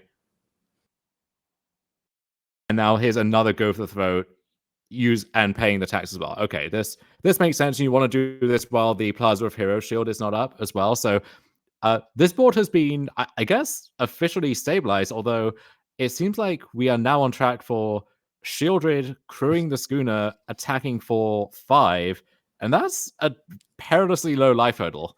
Yeah, we've now entered the Shieldred phase of the game. Although, worth noting, Fletcher at 9, facing a reasonable amount of power here. There is 9 power in play. So if Fletcher goes for Shieldred, crews that schooner, attacks, like you said, puts Kyle down to 4, potentially 3 if we hit a spell off of the schooner. Draw step, Kyle goes to 1. And if we have an Odawara, that's 9 damage in play, assuming we have life totals right. So Fletcher's got to be really, really careful here. Yeah, and you're seeing the best and the worst of Schooner in this game, where it's applying a lot of pressure, sifting through cards, doing its thing, but it does also take another card to work and a big commitment from that other card. And I think in this spot, Fletcher would rather have just 2 standalone threats doing their thing. Oh, sorry, I actually misspoke. If Fletcher crews with the Shieldred, that's just lethal on board. So we can't even crew with the Shieldred. We just have to hold back. Right. So we have to hold back here unless there was a cut down to kill the Urtzai. So Shieldred Pass is going to be the line here. And Kyle's in a weird spot where if he finds a removal spell to answer the Shieldred, can't necessarily attack this turn because the Shieldred would crew the Schooner in response, and that would still be a good blocker for the three attackers. So this is we have ourselves a game here, Dom. And here is the Gurk, the mighty Gurk. We officially become the Overslime. Although notably, Slowkirk not quite as good when you don't have any channel lands left over. Kyle had to play one of the Otowaras. Looks like there's a Sokenzan in the graveyard. I think. Oh, that's an Inti. Never mind. But yeah, not doesn't currently have any lands in hand right now to be able to utilize that. I believe. Go ahead. Is that a Triome kind of nestled away at the back? But even that one in the face of Shieldred, right? Like that's not nearly as impressive. So Slowgurk not at its best, but hoping to upgrade itself very soon. And almost any channel land would be a great draw from Kyle in this position, right? Like, so Takanuma, Ahsoken-san, Odawara, or Boseiju would all do their thing. Yeah, and worth noting for the folks at home, Plaza of Heroes exiles itself. We looks like that is another Slowgurk. Okay, worth noting for the people at home, Plaza of Heroes exiles itself, and Slowgurk says whenever a land is put into your graveyard from anywhere. So unfortunately for Kyle, Plaza will not trigger the Slowgurk because that if it did, that'd be kind of a way to just give you get the first counter going, but that does not work. That does not work like that. But yeah, really, really tense position. Deep Cavern Bat going to go ahead and pick up that Slowgurk. And yeah, it's kind of just, both players are really looking for an answer for the other's big threat. Kyle looking for an answer for Shieldred. And, Fletcher just trying to maybe find a removal spell that can let him safely attack. Although Fletcher's in a position where he's winning the game with Shieldred. And there's a Sokenzan. That's a massive draw here for Kyle. Okay. So trigger. So we'll gain 2 from Titania. We'll put a counter on Slowgurk. We'll see a new card with Inti, which is just another Slowgurk. But now I'm wondering if Legend ruling with the new Slowgurk, and I guess you could keep the old, one. So you would get the Sokenzan back, and then have that ready to go again. Yeah, there we go. Oh, right. Okay. Yeah, because you get the legend rule. You get the legend rule. Probably keep the old one, but then you still get the trigger from the new one. Oh my goodness! Now you get to pick up that Exactly. Sokenzan and the Triome. We can Sokenzan again to get another Inti trigger, and you kind of see how this engine is just all working itself together. Kyle is just firing at all cylinders at this point. Is going off over here, and the Titania with the Triome, you're kind of losing 2 to Shieldred, gaining it back right away. You can actually justify just like cycling through your deck even further.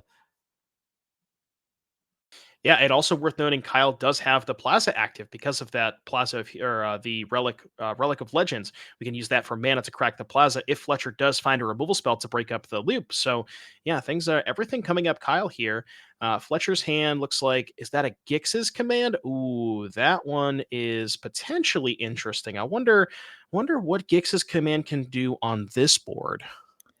Yeah, so if you make Kyle sacrifice a creature, then the Slowgurk just goes, and I think he's fine with that. If you try and buff something up, then that just gets blocked, whatever it is. So I don't think that necessarily works. Yeah, I can't quite get a good look at Fletcher's graveyard for the double raise dead. I don't know if we have what cards we have in the graveyard that we can get back, but we are going to fire this off. We'll see if we can get an idea of what the modes are. Pointed towards Kyle, which I would assume means that we're sacrificing a creature. So see if we Kyle wants to respond here. Yeah, so it looks like the modes chosen were each opponent sacrifices a creature with the highest power, and then return 2 creatures from your graveyard to your hand.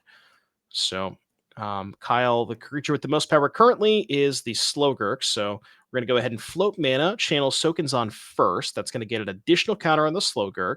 And then we're also going to get a trigger off Titania. We're going to get an Inti trigger, and then we're also going to make 2 more 1/1s. That's another Inti. So yeah, now we're in a position where we can also cycle the Triome, get a third counter on Slogurk. Yeah. The Slogurk return itself, and then you have 3 power creatures. Yes, and so then he could sacrifice, I guess the Urtai would be the worst one at that stage. And then Possibly we the have our Inti with the Slogurk. second one. Yeah, and then we have all of our lands back. So yeah, I think Kyle is he's doing the thing, and you're seeing the resilience of Slogurk too. Like if this was your namesake combo piece, but it could just be removed by some removal spell, that would be one thing. But instead, you have Plaza to protect it. You have Takenuma as a loop to buy it back, and then Slogurk itself, you see right here, it just can protect itself continuously as well. So it's the core engine piece of the deck via that method. Yeah, and as you mentioned, normally you don't want to cycle the Triome into the Shieldred, but with Titania, that kind of offsets the Shieldred. You gain 2 life off of discarding the Triome, and you lose 2 life. So no harm, no foul there for Kyle. And yeah, really able to just showcase the power of this loop here with Channel Lands plus Slogurk, and really able to go off here. And also specifically with the Sokenzan, is able to generate enough blockers that he doesn't even really care about the ground attacks. Deep Cavern back and crew the Schooner you can send with both, but I mean, no, just easily chump block with 2 of the 1/1s, and Fletcher's not really gaining much headway on the the damage race here. That Shieldred being in play, is dealing Kyle 2 damage a turn, but that 2 damage a turn is being offset by the Sokenzan being channeled. So it's almost like as if Kyle has kind of everything covered.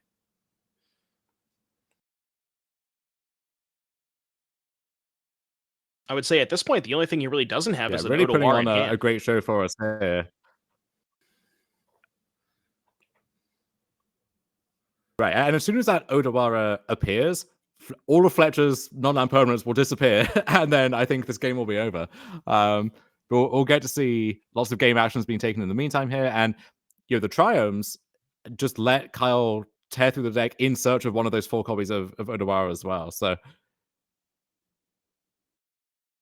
Yeah, we get even like cool little interaction here. We get to make mana with Rona and then untap it by playing the Slogurk. So some extra mana here for Kyle. We do know about the Sokenzan and the Channel Land. Excuse me, the Sokenzan of the Triome rather. So that is the currently the setup that we have here for the Slogurk. And as we talked about this Titania, we kind of we sort of poked a little bit of fun at it because we didn't have the way to meld it, but just 3/4 reach. That the most important part of that card is when the 2 life gain off of those lands, because it just allows you to kind of helps race the Shieldred and makes it so Kyle is not really in any danger of dying anytime soon. well, at this point, he's gained a lot of actual life of the Titania, but he's also gained a lot of virtual life just by making sure Rafine couldn't connect, making sure the bat couldn't connect, just being this really big reach blocker like that. That effectively gained a bunch of life too. So yeah, I don't know if Kyle would be in this game still against Fletcher's really impressive start if it weren't for that Titania.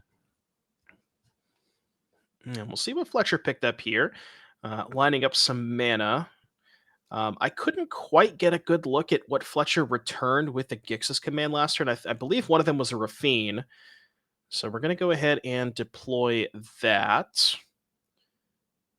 And the Mastermind was the other pickup. Okay, so Rafine Mastermind still has Mastermind Make Disappear, but this Make Disappear not really looking so hot because a lot of what Kyle's doing is not casting spells and more so just channeling lands. That's what Kyle's using his mana on, and Make Disappear not doing a lot against those particular cards. So we'll have to see here. It's almost like it seems like we're at a point that Kyle has what we like to say the inevitability, but do you really see like if how does Fletcher get out of this situation? I guess is what I should say. Yeah, that's what I'm trying to see. Like, what is the way through from this point? So, if we make a big flyer, then that might be a way in the short term. If Titania has to chum block at some point, and then maybe it can connect again. That's not a reliable plan, but maybe that's how it starts. We also have Tishana's Tidebinder, which is a little interesting. If there's some key part of the loop that you counter at the right time, then you could break up the whole chain. I guess also you could try and constrain Kyle's mana production if you find Loran. It's called the Relic of Legends.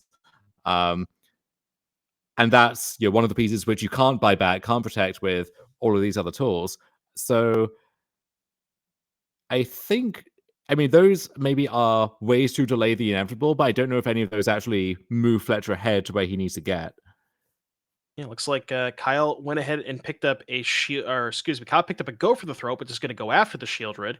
That's going to be on Kyle's upkeep. Make sure we don't take any additional damage.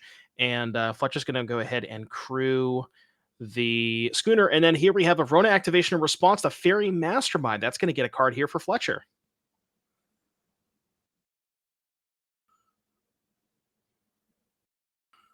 Okay, didn't quite get a good look at what it was.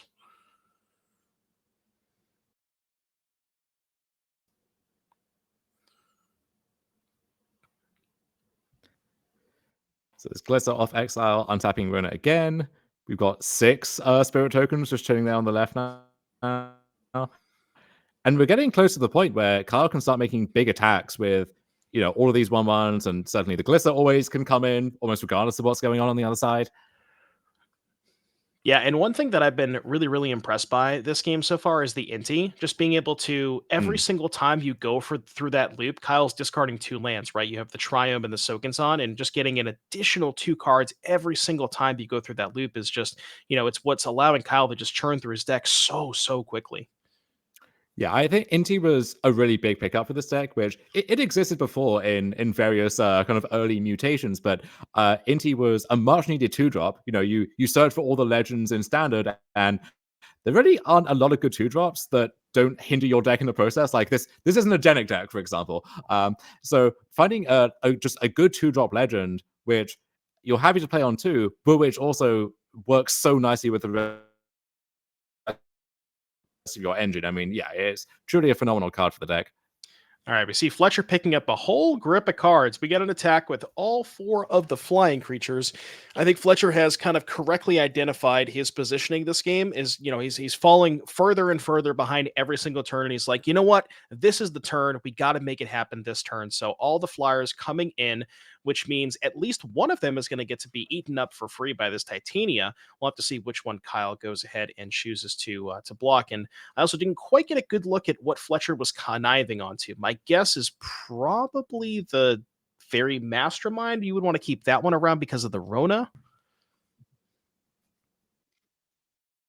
Yeah, although the Mastermind might be a little too kind of small ball at this point. I don't know.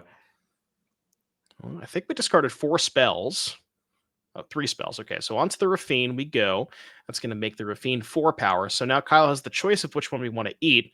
I can't remember. The bat. Okay, the bat had the Slogurk on it. So we're going to go ahead and block the Mastermind. As of right now, that's an attack for 3, 4, 5, 6, 7. That would put Kyle to 2. Assuming we have life totals correct. But then there's also the life gain from Titania that Kyle's going to be able to gain a little bit of life here. We have 2 mana, another bat. And you know what? This is kind of exactly what you said earlier, Dom. We were talking about what does a winning game state look for Fletcher look like for Fletcher, and it's just a bunch of flyers. This is you can't really push through the ground at this point because Kyle's got the ground on lock with the glisten in the giant Slowkirk. So you kind of just have to push through the air, and Fletcher's getting really close.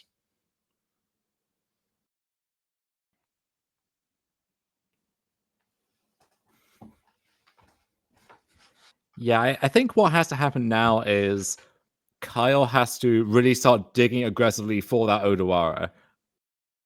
Or maybe the Takanuma if there's a suitable thing to get back. But either way, we need a way to start just kind of mowing down the stuff on the other side here. We got a lot of looks at it, a lot of ways to find it. But we are in the spot now where, the onus is on Kyle to make something happen, I think. Yeah, and also worth noting, even if the Inti finds the Odawara, you have one in place. You can actually play the Odawara from exile, legend rule, and then that would be in the graveyard, and then that would start the Slogurk chain. So even, normally you wouldn't be able to channel from exile, but even if we hit it off of the Inti, we can because we have one in play at that legend rule. So yeah, Kyle's just got a bunch of looks at this Odawara, and like you said, just hasn't been able to find it. Yeah, that's a really interesting feature of the deck is almost turning the legend rule into a benefit sometimes with that trick that you mentioned. And then, there'll be spots where you deliberately legend draw your own Slogo to get enough lands back to like get the first one out of range or something. So yeah, lots of cool stuff going on. And yeah, I mean, Kyle is he's both a seasoned combo player and a very good Magic player in general. So he's wise to these tricks. And yeah, you see these Odawaras moving towards zones, and he's moving quickly. Like he knows he's kind of accomplished his sub goal here, and now he's just got to actually close a deal in what has been a very long game. We'll see if we can get confirmation on the round clock or exactly what the end of round process is at this phase, because we might be having that conversation pretty soon. Yeah, I'm fairly certain it is still 5 turns and then sudden death, and I believe there are 55-minute rounds. But like you said, we'll have to get a confirmation on how much time is left in the round. And as we talked about, did go ahead and find the Otawara off of the Inti, so is able to legend rule, get that into the graveyard to start the Slowgurk chain. And you see Kyle was pretty quickly to play the Otawara, but now is kind of going in the tank a little bit. Oh, do we just have lethal? We have 8/1/1 attackers. So, I mean, if you send with everything, you only have one blocker, and we're getting confirmation there's only 10 minutes left in the round. So, as of right now, one blocker blocks the Glissa 8, 11, 14, 16. I mean, by my math, I think this might just be lethal if Kyle attacked with everything, but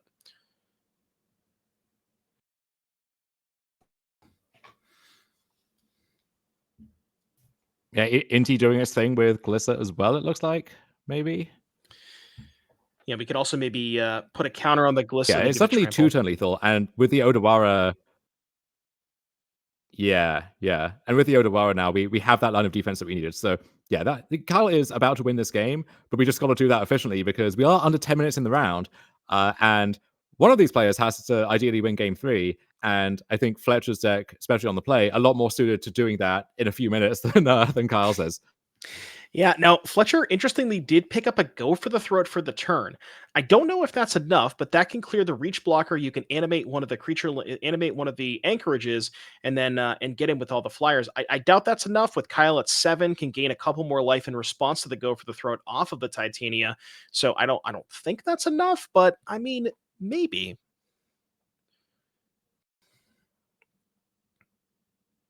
Yeah, that's a hope at this point. And there's only one way to find out. I see everything going into the red zone. So we have the Anchorage, the 2 Bats, and the Raffine. So we'll have to see what Fletcher wants to choose as the target for Raffine. Worth noting that whatever target gets chosen, if that target gets bounced with Otawara, there are no connives that happen. So Fletcher's going to go ahead and pick up a couple of cards here. Not sure exactly what got targeted. We will see what Fletcher wants to choose and discard. Discard a couple of cards. But yeah, as we talked about, Kyle can just go channel. Ooh. Well, no, I guess that doesn't matter. I was going to say, can the go for the throat on Slowgurk be relevant? But even if that happens, the trigger would still get back the Otawara, and that would still buy you a turn. So, yeah, I don't think there's a way. Oh, yeah, we even have the Plaza to protect that Titania. So, yeah, this should Yeah. be enough for Kyle. Yeah, and as you mentioned, Plaza exiling itself, so no looping that thing and no gaining life when that one gets exiled for Titania. But yeah, it looks like we have all the angles covered here. Could even maybe get an instant speed trigger from Titania off the Rona if we can loot another land away. So lots of ways to not get punked out and then be able to untap and seal the deal. Yeah, I think Kyle was in a position where he probably had lethal last turn, but also if he just waits one turn, how can he realistically lose this game? He's basically putting Fletcher on no outs at that point, so might as well just wait a Yeah. turn and guarantee the lethal.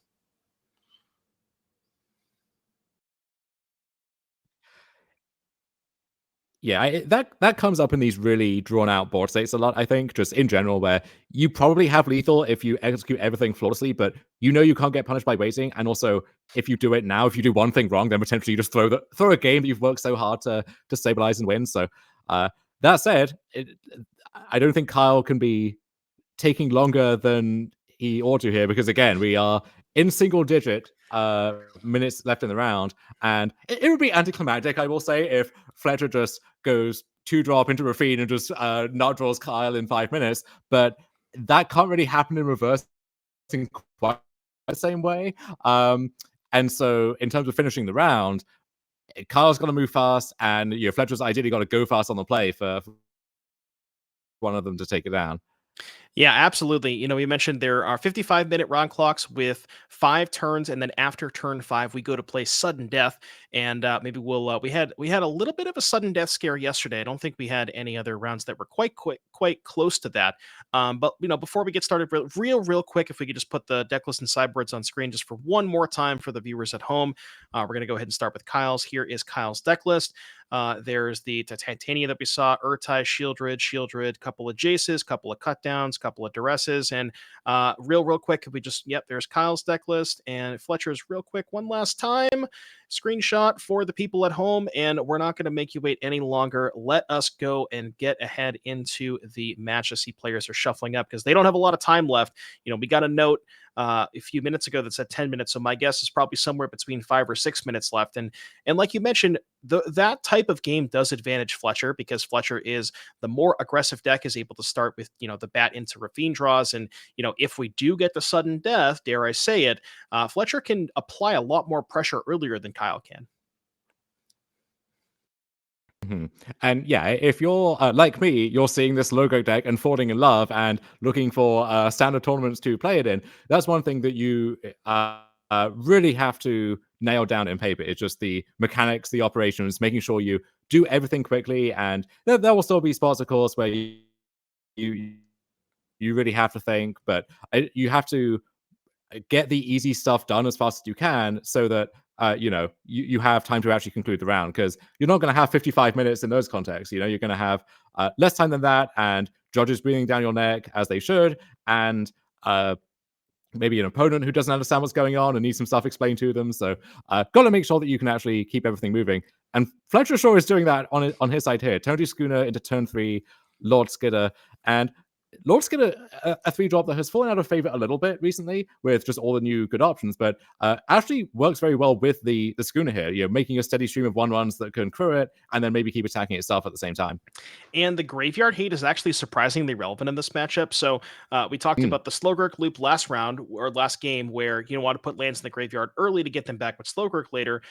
If you discard lands early, those can get got by the Lord Skidder. And then also exiling creatures is important with the Takanumas. So, the Graveyard Hate didn't really come up.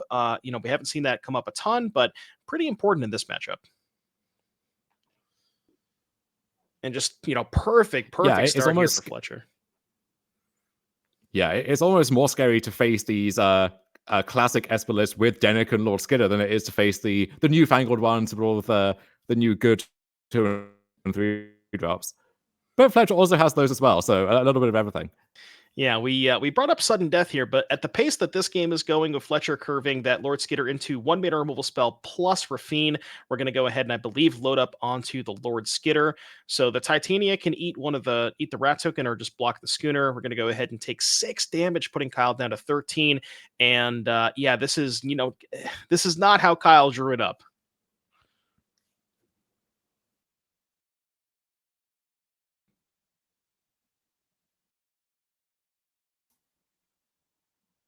Okay, looks like we have a Relic of Legends here for Kyle. A little bit of mana generation, but when you're this far behind on board, tapping 3 mana for a mana rock, not really where you want to be, Dom. No. Oh God. Okay, so there's cut down on Rafine. Yeah, go for the throw down That's Titania. something. Removal spell on Rafine. That's just going to crew the Schooner on the way out. Yeah. Mm-hmm. And now that's 5, 6, 7, 10 at least. Yeah, plus the other body from the Lord Skidder for next turn. Eek. This is, if we look at Kyle's sideboard, there wasn't any sweepers, I believe. Yeah, no, I mean, Gix's command, I guess, but that doesn't even necessarily do it because that only answers the rat tokens, doesn't answer the Lord Skidder or the Subterranean Schooner. So, yeah, not a lot of ways out for this. Kyle typically needs a bunch of turns to set up to get that engine going and definitely does not have that type of time this game.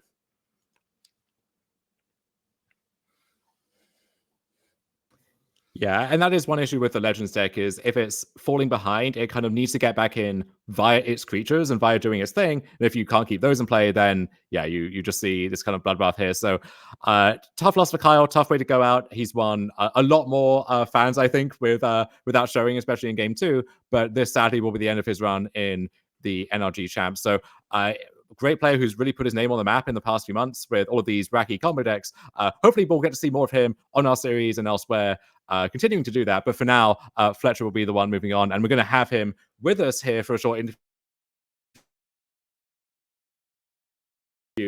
in the booth here. Yeah, absolutely. So we'll go ahead and get Fletcher in the booth here in just a moment. But yeah, condolences to Kyle, who had a heck of a run throughout the 2023 season. Unfortunately for Kyle, no longer in the event. It is double elimination. And Fletcher's going to be playing another elimination match. That's going to be a tough spot, huh? Lose round one, double elimination. You play back-to-back elimination matches. But Fletcher was able to at least win the first one. And we will get... Hey, I mean,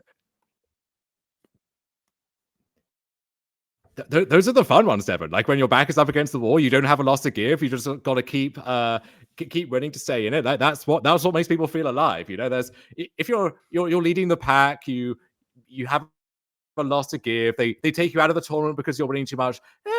It's a good problem to have, but this is the real thrill that you get. When you got to grind it out, and so far, Fletcher is doing that.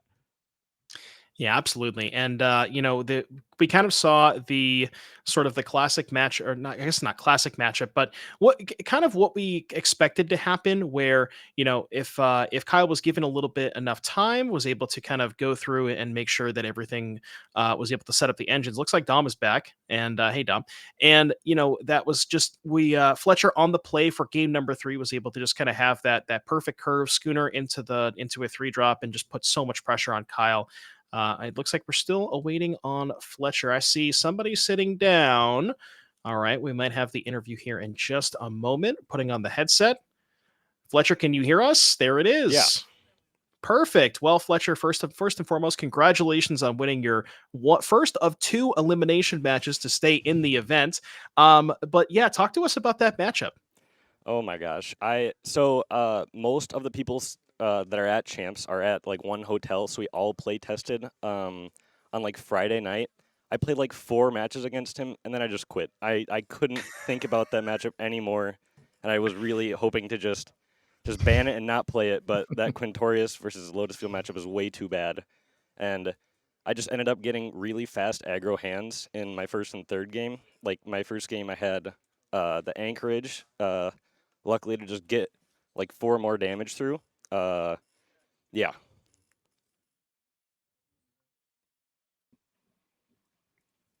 Now, when you were doing your research for this tournament, yeah, you practice against Domain and against other Esper decks and so on. I'm guessing did not practice against 4-color Slowgurk? No, I was just guessing mostly Domain and just Domain and Esper, but oh yeesh, that's something. I really am excited. I'm gonna play that deck a little bit in the future. That looks really fun. Perfect. Well, I mean, as we mentioned, you are in double elimination at this point. So, so basically, as far as the formats are concerned, and be your potential opponent for next round, I didn't quite get an update on who lost the other or won the other elimination batch. But who would you be preferring to play against, and who are you looking to dodge? I'm not sure who won or lost, but I know that I have a very good matchup against Theo because in Modern it's Rhinos versus Living End, and then in Pioneer it's Phoenix versus Lotus Field. So I can just ban something, and then I just have 2 amazing matchups. So I'm not sure how Theo did, but that's what I would hope for.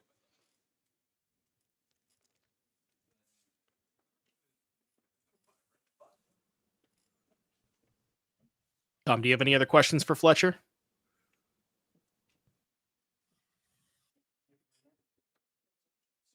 Sorry, just cutting back in. So during the course of that matchup, how well would you say you understood what was going on from the other side, and these are the key pieces that I need to break up, and these are how I need to interact with him? Or is it more a case of, we'll just figure this out on the fly, and hopefully it will come together in time? Yeah, so in that playtesting, I kind of realized Rona's just like by far the best card in the deck, and then my flyers can usually get the job done if I like have a faster hand. As long as he doesn't have a Titania, and I usually just need to prioritize like getting in faster than like holding up, like my Tidebinder and counter spells. But Because if it just goes longer and longer, then if he gets down like a relic and more legends, then it's just way too much for me to deal with.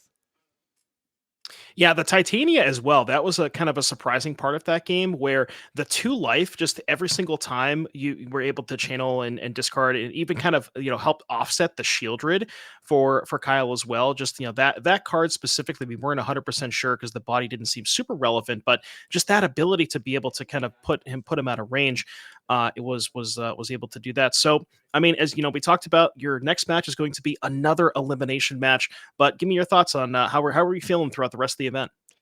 After testing, I tested for about 3 hours in like the post board matchups of Blue White versus Lotus Field against Derek, and I don't think I resolved the spell in 3 hours. It was horrible, and I just went to bed on Friday just feeling so bad. So I have no idea how I skipped stage 2, and I just feel very lucky.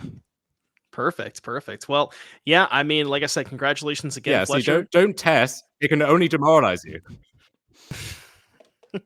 Just go in blind, just figure it out, you'll be fine. Absolutely, absolutely. Well, Fletcher, again, thank you very, very much for taking the time to speak with us, and congratulations and best of luck in your next elimination match. I'm sure we'll be seeing you at some point again. Thank you very much. Perfect. Well, that was Fletcher Johnson. Again, we have a double elimination bracket here. So it looks like we are going to get you some camera match on our backup. We have going into, oh, sorry, round 3. Sorry. We are going to, are we going, I think we're going right into round number 3. I'm getting an update from production where we have Theo versus Raja. Okay. So we're going to be giving just a second. We are going to be going right into round 3 in just a little bit. So we're going to have Theo versus Raja. Not entirely sure which format they picked yet, but that should be a very, very interesting matchup.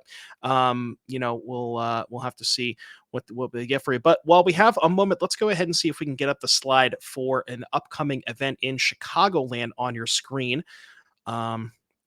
Get that up on the screen here just a moment. So February 17th and the 18th, we're going to be in Chicagoland. Saturday, we're going to have a 10K Pioneer Showdown. Sunday, we're going to have a 5K Standard Showdown. And as we've talked about multiple times on this broadcast, this is the event that is the week before the Pro Tour, and it is in the same area as the Pro Tour as well. So the 10K Pioneer Showdown is really going to influence that, potentially influence that Pro Tour format and metagame. And then on Sunday, the 5K Standard Showdown also potentially going to influence the very large 75K event. And then if we can go ahead and get the rest of the events upcoming on the screen in just a second, we can showcase where we're going to be going in 2024, rather, excuse me. April 20th and 21st, we're going to be in Minneapolis for a 10K Modern Showdown and a 5K Legacy Trial. May 11th, 2024, we're going to be 10K in Indianapolis, 10K Modern Showdown, 10K Team Trios Showdown, and then June 22nd, 23rd, we are going to be having in St. Louis a 10K Pioneer Showdown as well as a 5K Modern Trial. So before we go ahead and get the matchup for you, I don't know if we have an updated bracket as far as the leaderboard, and we can get you an update on who has taken losses and who is advancing. Unfortunately, it does not look like we have that updated bracket. So, so apologies for that. But we do have, again, Raja and Theo looks like ready to go. They are currently shuffling up and reviewing deck list. Not entirely sure which format they are playing. I don't know if we've gotten a word from production on that yet. But as soon as we get word on that, we can, give that information to you and talk about the formats. I'm not sure if we're ready to go down to the booth yet. But as far as, the upcoming match, Theo and Raja, we can, take a look at what decks they did bring. We, again, we're not sure 100% what the format is, but for Theo, we have Esper midrange in Standard, Rhinos in Modern, and Phoenix in Pioneer. And then for Raja, we have Golgari midrange in Standard, Yorion, Azorius control in Pioneer, and then we have the Azorius Kahira control in Modern. So as far as those matchups, again, we're not sure which format, but who would you say has the edge across the 3 formats, Dom?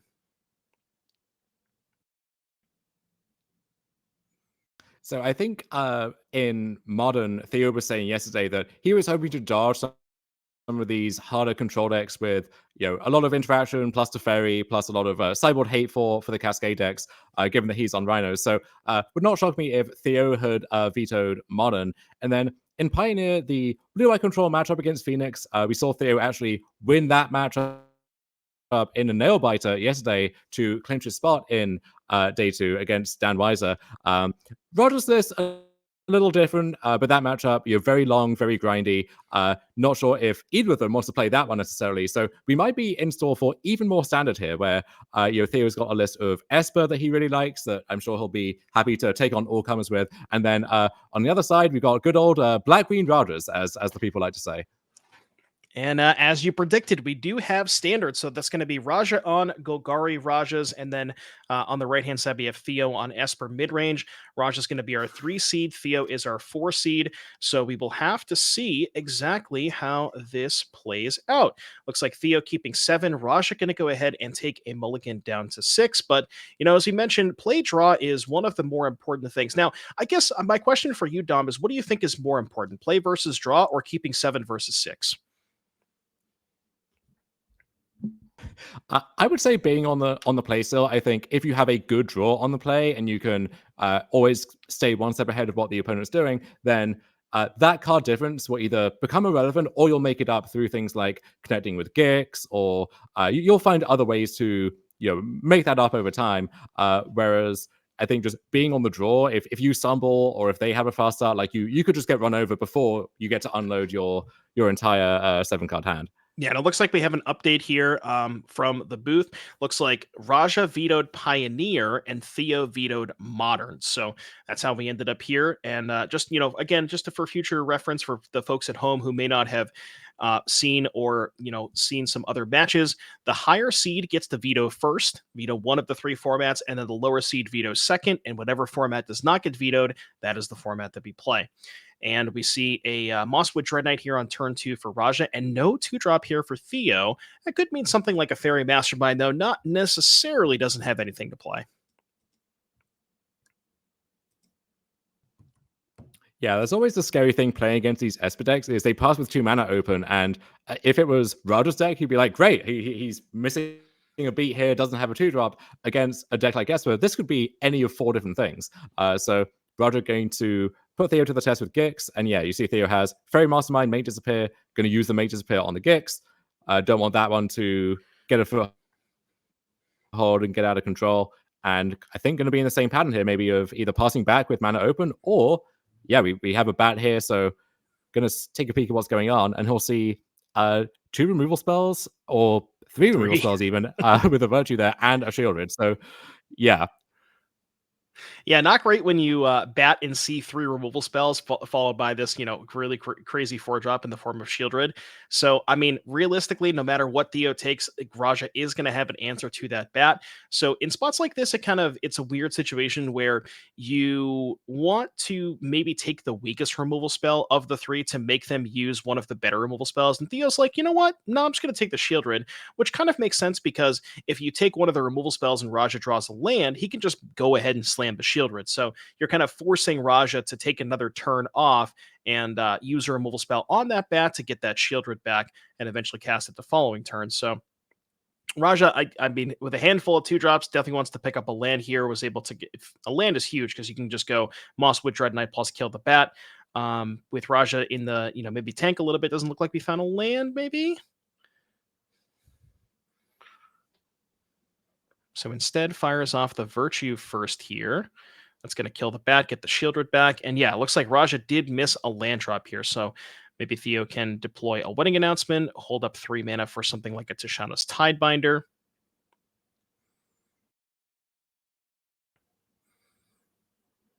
And it looks like we're going to go for Schooner and a pass. So I'll have to see. Raja still really wants that land 4. And one thing that we've brought up a couple of times throughout these standard rounds, Dom, is Subterranean Schooner is really, really good against Go for the Throat. Not as much against Bitter Triumph, but very, very good against Go for the Throat. Yeah, there's just not a lot of removal that actually can kill that thing. So you almost have to kill everything that could crew it instead. But that's easier said than done. And anything that comes down can at least crew it on the way out. So hard to contain it if that's your plan here. So often you have to try and gum up the ground with stuff like Shieldred or Glister or other things that it can't really attack into. So Theo lining up 3 mana here. Looks like we're going for potentially a Preacher of the Schism. That can go ahead and crew the Subterranean Schooner. But as we both know, that Raja has a copy of Bitter Triumph in hand. So we can go ahead and just Bitter Triumph, maybe pay 3 life. And it looks like that is going to be the case. Raja recognizing how important that Subterranean Schooner is to get off the battlefield, and we still know about that Go for the Throat in hand that can also take care of this Preacher.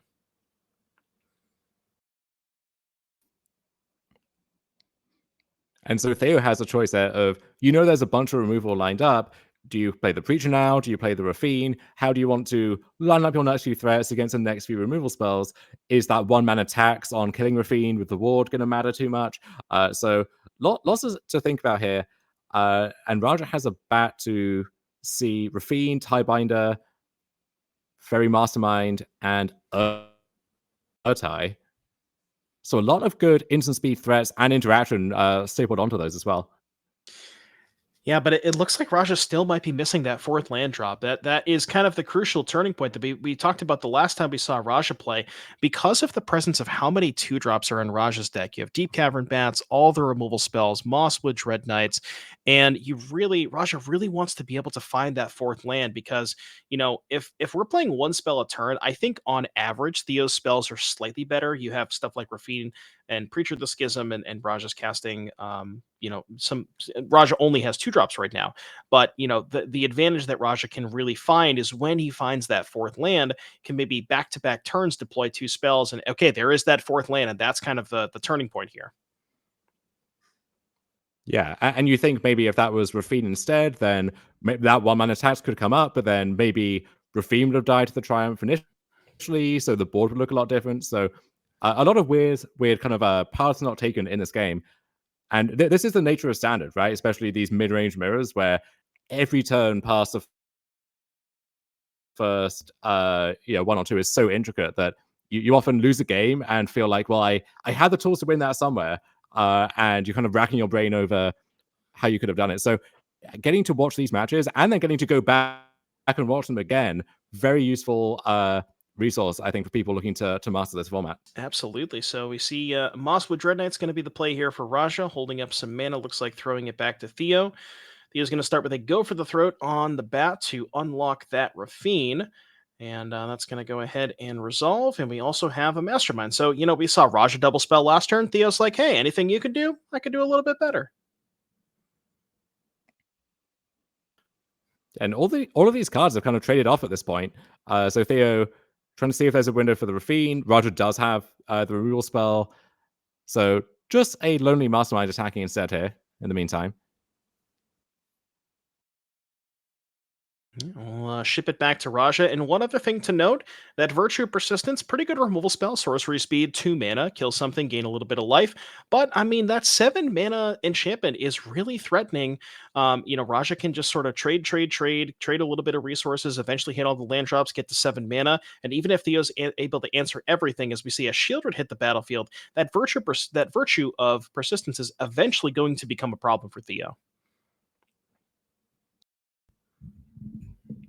Yeah, this is a game where Raja was missing a crucial, 4th land drop for several turns, but it could easily drag on to the point where once Raja finds his 7th land, like that Virtue is kind of out of sight, out of mind for now, but that could be the game breaker in a few turns.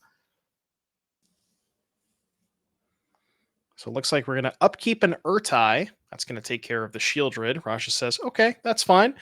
Got some additional stuff here, and then draws a card off of the Mastermind, right? Because Urtai makes Raja draw a card, and that gives Theo an extra card as well. So that's very heads up sequencing there for Theo, and Raja drawing 2 cards. Have to see if maybe land number 6 can also go towards that Restless Cottage if he so chooses.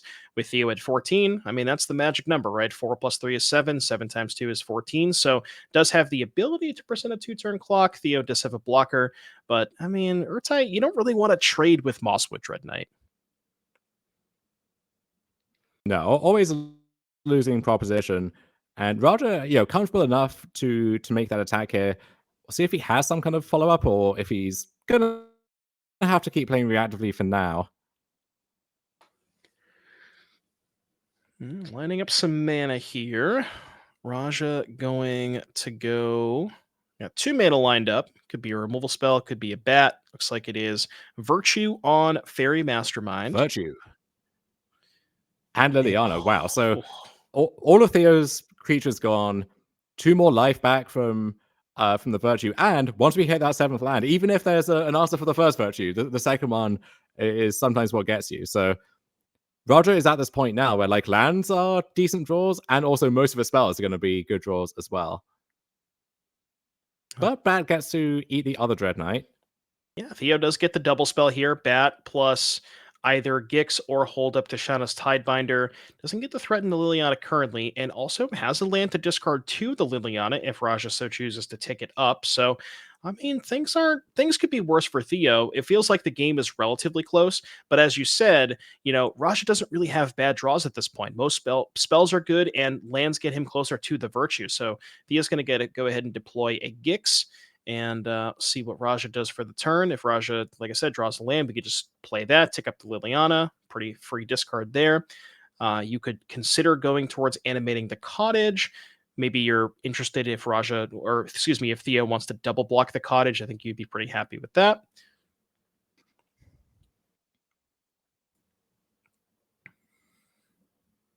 Yeah, you don't want to let that bat start connecting, powered up by Gix, you're giving Theo an extra card each turn, but you see, okay, that life total is getting lower and lower. Maybe he can start taking these more aggressive lines.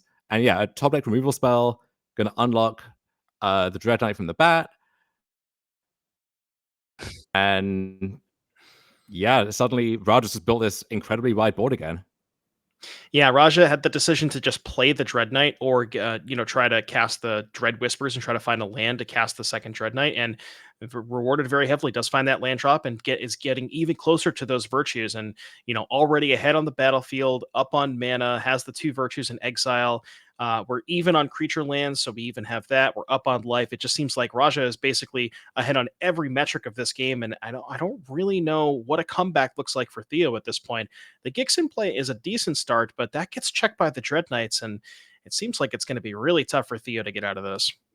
Yeah, Preacher of the Schism is a really nice blocker against these 3/2s, but the Liliana can eat one thing, which I assume will have to be the Gix, and then there's still the Cottage in reserve that can fire up as well. So Roger can kind of happily attack into that. Or again, if he just draws a land, he can Dante Liliana just cast Virtue of Persistence, and now Theo is far behind on board, and also Roger just is going to win the long game too.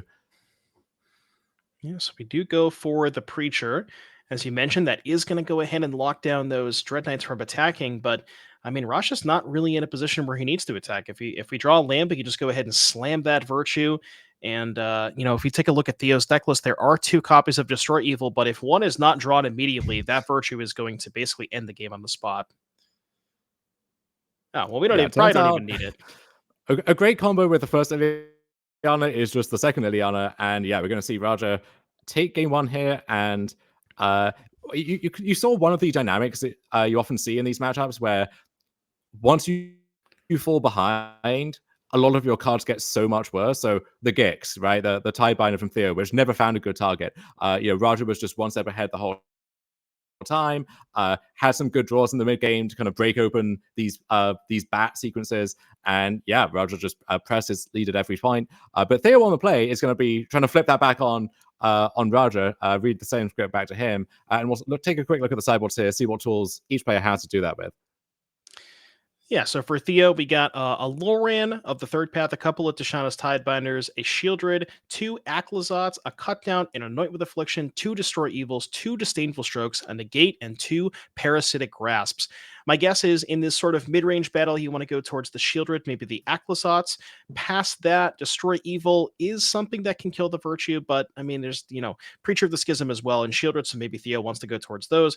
Counter spells, maybe, not sure how good those are, but what are we thinking here from Theo's side? Yeah, this is where Acrosarts really shines. That those are definitely coming in, and then some mix and removal. So I think Anoint with Affliction is really nice here too, just exiling the Dread Knights permanently, and also cleaning up a bunch of the scary 3 drops. Shieldred, it just adds another Haymaker, as you mentioned, and then I think can shave some of the weak removal. Like I don't know how good Cutdown's going to be here. For example, the Tie Binders maybe on the play get better than on the draw. But I think on the play, Theo's going to be looking to really be proactive and just get on board, have enough remove to spot any blockers out the way, and then also have some late game power with these Aclazotses and stuff like that. All that makes sense to me. So that was Theo's Necklace. Let's see if we can get Raja's pulled up on the screen for you here.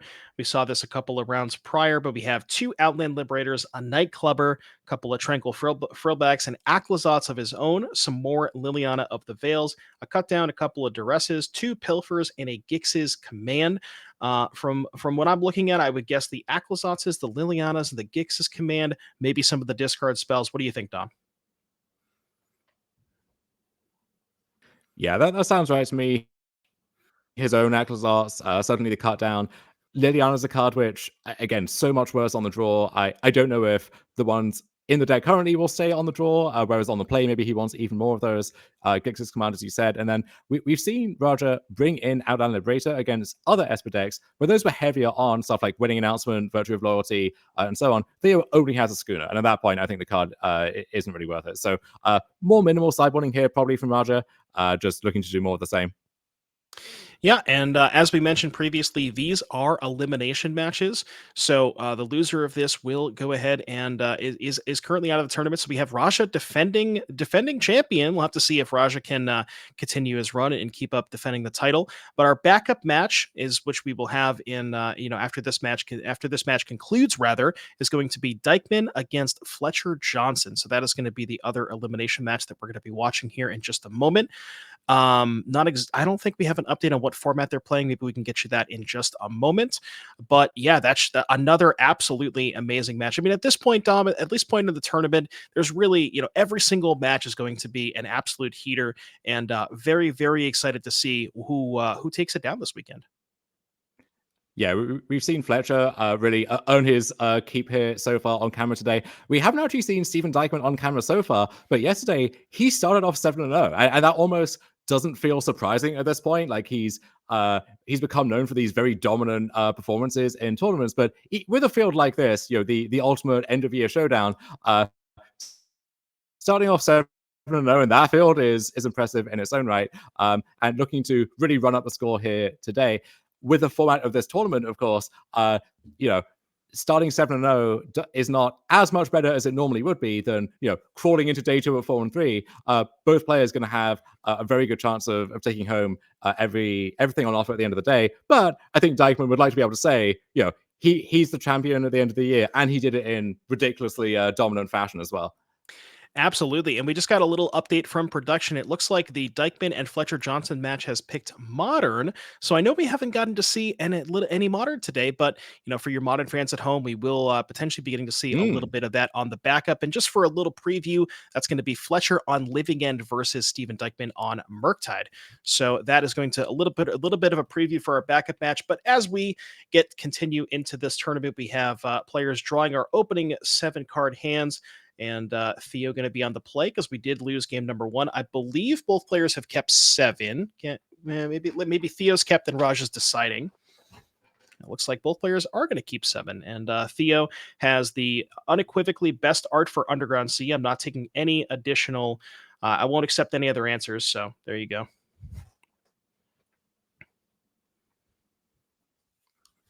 A lot of us to choose between at this point, as there are for basically every single card in Standard. So putting us to the test, but I think we've done a decent job here of keeping on top of those many different variants thus far. Also, I think I realized I might have said Underground Sea. That one's not in Theo's deck. I meant Underground River. That might have been my apologies. But in any case, if I did say that, there we go. Yes, you did fail that first test. It's a white bordered blue-black dual land. I mean, it's all the same. So we have a Fairy Mastermind into Rafine curve. That's kind of nice here for Theo. And we'll have to see if Raja has the cut down. That's kind of the big test here. And it looks like we do. So Raja, able to pass test number 1, able to answer the Rafine. We'll have to see if Raja has a 3-drop of his own, looking for something like a Preacher of the Schism, maybe a Gix, maybe a Glissa. And Rasa's Shake of the Head. I wonder if there's no third land here, Dom. Yeah, might be a repeat of game 1. Although that ended with Raja fixing that flood issue and then having enough action, as often happens when you're mana screwed, to get back in it. So I think Theo expected something to die there. If Raja's passing without a 2-drop play on the draw and he kept 7, you got to think there's removal of some kind in there. But going to make him have it, and he does have the bat here. So if Theo doesn't have a good follow up, it might be hard to attack with the Mastermind into the bat. And if Theo's relying on some specific card to keep coming out, then the bat could get in the way there. As it turns out, he's just got more 2-drops. Make disappear. It looks like his own bat and another Fairy Mastermind. Yeah, really, no matter what Raja takes out of this hand, Theo can very easily double spell next turn. Theo's kind of has the perfect hand against the bat. I mean, you could take the counter spell, but then bat plus Fairy Mastermind. If you take the bat, counter spell, hold up Fairy Mastermind and hold up counter spell. So really no real way to pick this hand apart for Raja. If he's trying to protect something, maybe a removal spell, he could take the bat just because he doesn't want Theo to have the information about his hand, but not really a great decision. Looks like he's going to go for taking the additional threat here in the form of Mastermind. We're thinking about it. We're not 100% positive. But yeah, like you said, really no easy decision here for Raja.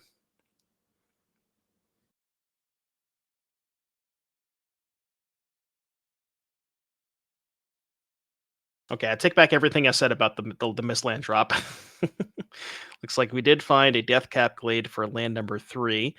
So Theo's going to go ahead and untap here, see what we can find. We know about the counterspell and the bat of Theo. So if maybe Raja has something like a bat of his own that can go ahead and answer Theo's bat, we'll have to see.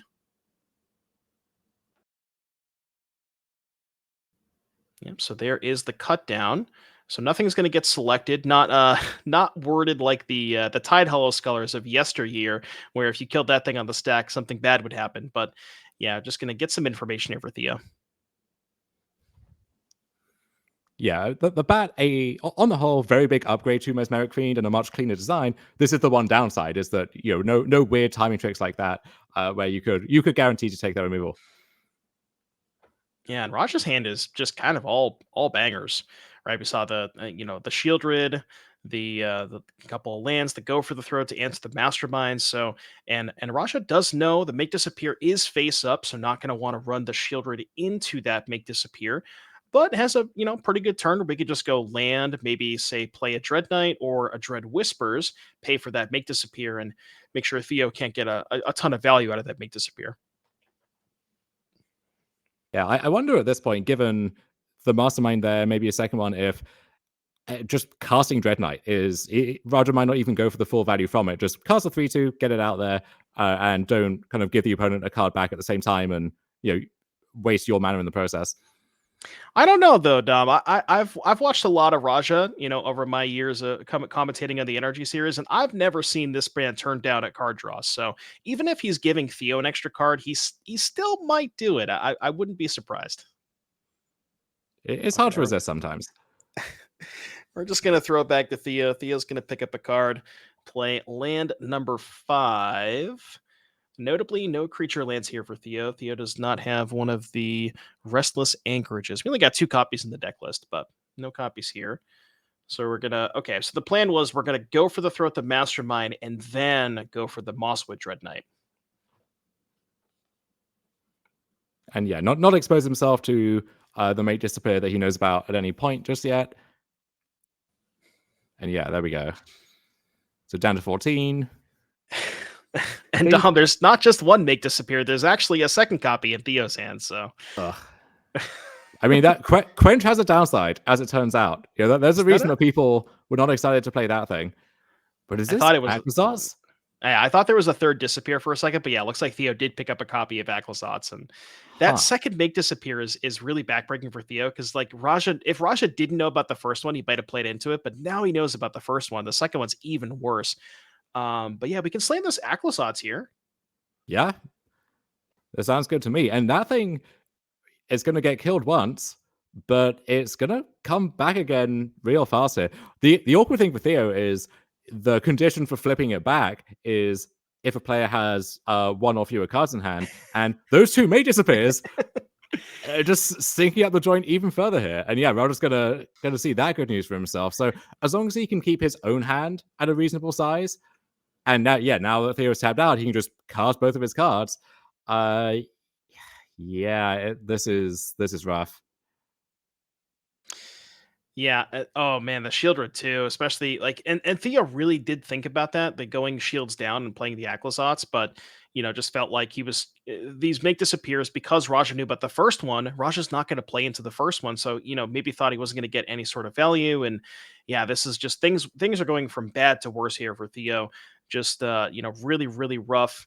Not being able to convert these make disappears, and I think if Raja maybe didn't know about the first one, maybe we have a bit of a different game. But I mean, good chance that maybe Raja still plays into it, and that is going to do it. Raja Suleiman taking this match down 2-0 over Theo Jung, and that means that Raja is going to be advancing. And for all you Theo fans out there, Theo is going to be eliminated from our tournament. So condolences to Theo, congratulations to Raja. But yeah, that matchup was pretty interesting. How'd you think that matchup played out, Tom? Yeah, I mean, tough way to go for Theo. I know he liked his deck and presumably liked this matchup, but he has been one of the most consistent performers on our series here over the past year. Uh, you're going to see him in Chicagoland, and then at the Pro Tour the following week. He won his first paper Pro Tour invite there already. So doing great across the board. Going to try and keep that consistency going in 2024. Good run here in this tournament, but sadly came to an end at the hand of our defending champion, who is still like to run it back at this point. That's a nice storyline to follow. Absolutely. And speaking of defending champion, we are getting the interview set up here in just a moment. Yeah, Raja Suleiman still in the hunt to be able to go back to back, and what an amazing accomplishment that would be. So congratulations to Raja still being able to fight alongside. Still being able to fight in this tournament, rather. And yeah, I mean, just an incredible performance. Very, very heads up plays. Like, again, he knew about that make disappear for the longest time, was able to play around the first one. And, unfortunately for Theo, there ended up being a second one in Theo's hands. So that was kind of rough. But yeah, like that game one, I kind of go back to that and think about Raja missing a couple of land drops, but it almost felt like as soon as that fourth land drop was hit in that game one, everything just kind of turned around, was able to double spell that turn, double spell the next turn, and just kind of, use that advantage and keep snowballing from there. Look, Roger's a patient guy, and usually he's the one sitting there with a handful of instants in his hand. Like he knows how to play with and against counters from both sides. So yeah, perfectly happy to just play the waiting game there. He knew that he wasn't under pressure on the board. That's what happens when your opponent's stuck with a bunch of major disappears in hand. And yeah, he waited it out, picked his moment, and yeah, able to just put on a clinic there. All right. So yeah, like I said, it looks like we're still waiting on Raja here. As far as the we could talk a little bit about maybe the backup match while we're waiting on this. But we have it was Fletcher Johnson against Steven Dykeman, that's living in, against Murktide. I mean, as far as that matchup goes, Dom, who do you typically like in that matchup? Yeah, that's a classic modern matchup at this point. I think that Living End is ahead in game one. There just aren't that many cards that matter from the Murktide side. But post board, if Murktide is prepared, if they care enough about the Cascade decks, which in a field full of rhinos that you're going to catch some splash damage there potentially, then once those lightning bolts and unholy heats turn into more flusterstorms or whatever the hate of choice is, that's when it gets really tricky. So I think if you ask most Murktide players who care about the matchup, then they like it. Perfect. But if you're playing Living End at this point, you have a plan for that matchup in mind. So hopefully Fletcher has come prepared. All right. Well, with that, we do have Right. Raja in the booth here for our winners interview. So, first and foremost, congratulations to our defending champion. Raja, how does it feel to be able to still be in the hunt to get that back to back? Feels great. Yeah, I'm excited for to play top four here. It's been a fun tournament, a lot of good competitors, and yeah, I'm pumped. So, as far as your potential matchups, I don't Yeah, know, I think I'm playing against Hobbs again, who's been destroying me yeah. all I mean, tournament long. He, I hate, I okay, really don't okay. like. Yeah, I don't like two of my matchups, Pioneer and Modern. I do like my standard matchup against him, but so I think I'll have to, win standard first, and then break serve on one of those two other matchups. So we'll see. We've got a nice little revenge storyline brewing. It looks Yeah, like, there you and go. That's how you this go. is how it always works, Roger. Like you can't just crush everyone in your path. You got to take some losses along the way, and Right. then the hero, the last act of the story, they get their revenge and move on. So Exactly. Builds I don't know. character. We've got It's some interesting magic. nice narrative. Yeah, Yeah. exactly, No, exactly. there's play to all the matchups. It's not like it's like super one sided. I just don't like any of them. I hate my scam matchup, and then yeah, Pioneer is interesting, but I've been losing to Rakdos a lot this weekend, so we'll see. Yeah, absolutely. Well, like that specific matchup that we just saw against Theo, we kind of thought the matchup was pretty close, and I know you've been playing a lot of. It feels like there's been a lot more standard on camera we've seen today, at least. So as far as that matchup is concerned, did you like the matchup going in for Theo, and was that kind of the matchup that you preferred? Yeah, so all I did was really test standard leading up to this event, just because I hadn't played standard in a really long time, hasn't been relevant for a few years now, and I'm relatively comfortable with the other two formats just because we play it more often, given the support, and so I played a lot of the matchup of Golgari versus Esper, and I really liked it. I knew exactly how I wanted to board against the wedding announcement versions versus the non-wedding announcement versions, and as I was tuning my deck for this event, I just realized that like I just wanted more and more removal spells. I just kept finding myself adding more and more. And then I think you saw game one, I just kept peeling removal spell to removal spell, and that's kind of how you keep up with these decks. And then you just kind of find opportunities to grind out some cards with like Dread Knights and Planeswalkers and stuff like that.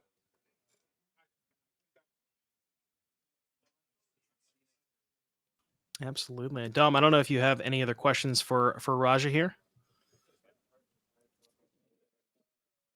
Yeah, I mean, if you make it through Hobbs, your nemesis in this tournament, how do you like your matchups more broadly? So, we've seen you put on clinics with Roger decks in all of these various formats, but you like your standard preparation. You've got a lot more reps in with Pioneer and Modern at this point. How is the rest of the field and the rest of the metagame kind of shaping up for you? I love my standard deck into basically anybody. I put a lot of work into it, and I think I understand all the matchups pretty well. So I think that's the one format that's going to favor me the most, kind of ironically, for this event. I think probably because some of the other players might not have played as much standard leading up to this event. Um, and I think I picked a really good deck. I'm not so confident in Modern. I kind of defaulted to Blue White, but I think Blue White's been obsolete for a while now. It's definitely not as well positioned as it was this time last year. So there's matchups like Scam that I don't care for. I played against I think it was a feature match yesterday against Dan where he was basically playing the same deck but with like run and sixes and less removal, which kind of favored him. But I did main deck Chalice for this event, expecting a lot of Rhinos, and there's a lot of Rhinos and Murktide. So if I do get to play against Rhinos again, I think that'll be a good thing for me. And then Pioneer, people really gun for Blue White for this event. Just all the talk. I'm friends with a lot of the competitors. They were just all basically pre-boarding in certain ways against Blue White, and rightfully so because ended up being 6 players on it. So it does not feel as well positioned, especially because there aren't decks like Amalia to really pick on. But I think the deck is so good that I think it can kind of fight through a lot of that hate. So I would say if I had to rank the decks or the formats of my preference, I'd say standard first, then Pioneer, and then Modern. And yeah, that's probably where I'm at with that. Awesome. Well, again, Raja, thank you very much for taking the time. Congratulations on advancing to the top four, and best of luck in the rest. Hopefully, you can continue this run and maybe go back to back. Thanks, guys. Go Lions. Go Lions has been called. All right. Well, a little bit of American football towards the end there, but we may. I think we might have our backup feature match here for you in just a moment. Remember that was going to be Steven Dykman against Fletcher Johnson, and I'm being told by production that we are going to go right down to the backup. So let's go ahead and get you down there so we can see some modern action because I know we haven't had any modern on camera today. So that again was going to be Fletcher Johnson on Living End against Steven Dykman on Blue Red Murktide. So we're going to get you down there in just a second. Here we go. And game number 1, Dykman 1 seed, Fletcher 2 seed. Dykman's going to be on the play. We talked a little bit about this, but yeah, I mean, I kind of would. I think personally, I would give it to Murktide, but it all kind of depends on what the sideboard cards are here for Steven. Yeah, Murktide on the play, especially if you have a Ragavan start. I know that card's luster has dimmed a bit as of late. Getting ambushed by orcs and young wolves and so on left and right. But this is the matchup where it really shines. Against these Cascade decks. And yeah, turn 1 Ragavan on the play. The scariest start possible from the Living End side.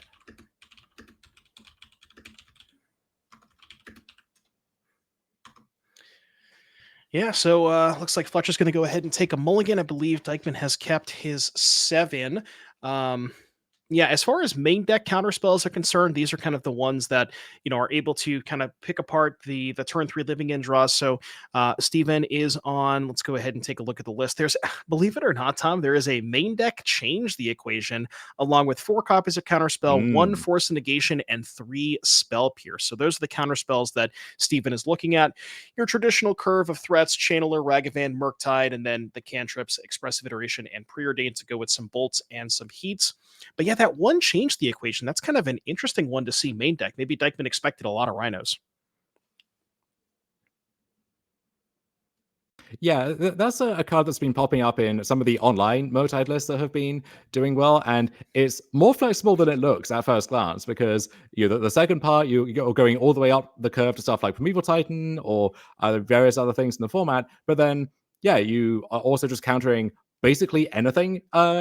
Most of the top cards in the format are pretty cheap by necessity, and so that can be DRC Ragavan in the mirror. It can be Crashing Footfalls, Living End against the Cascade decks. Really across the board, every deck is going to have some good targets for that. And so if you want a little more permission in the main deck, like that's a really nice card to hedge your bets with.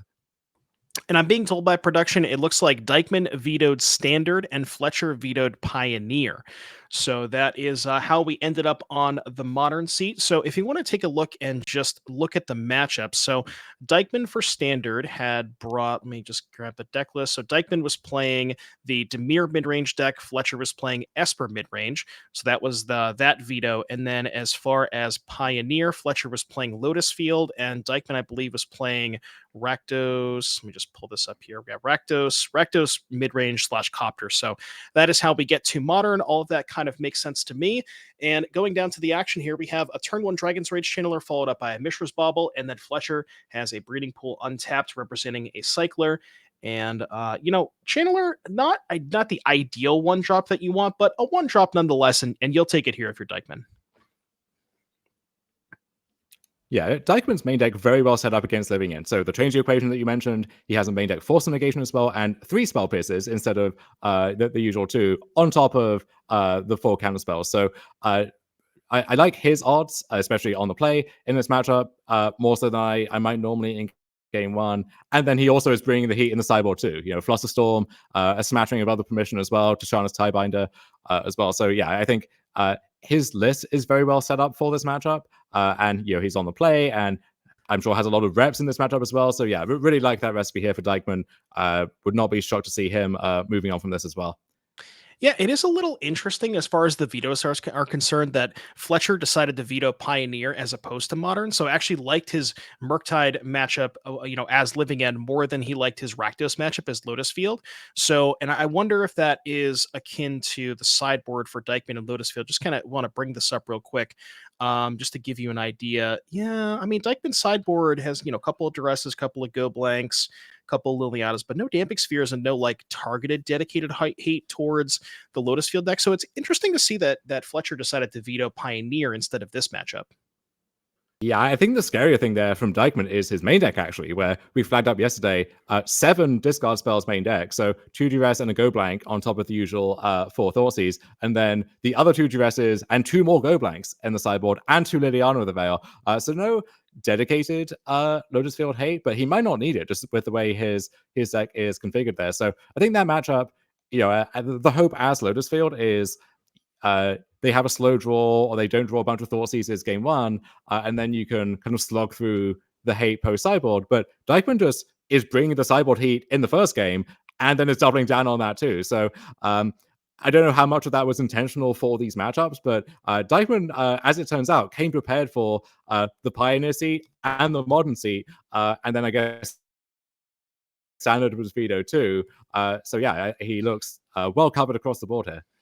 Yeah, and we have Fletcher. It seems like Fletcher has taken quite a bit of damage this game. Graveyard's off screen. I can't quite tell if there's delirium. I think there should be because I recall a lightning bolt being cast at some point. So my guess is we have instant sorcery artifact land. So that would hypothetically be a delirium.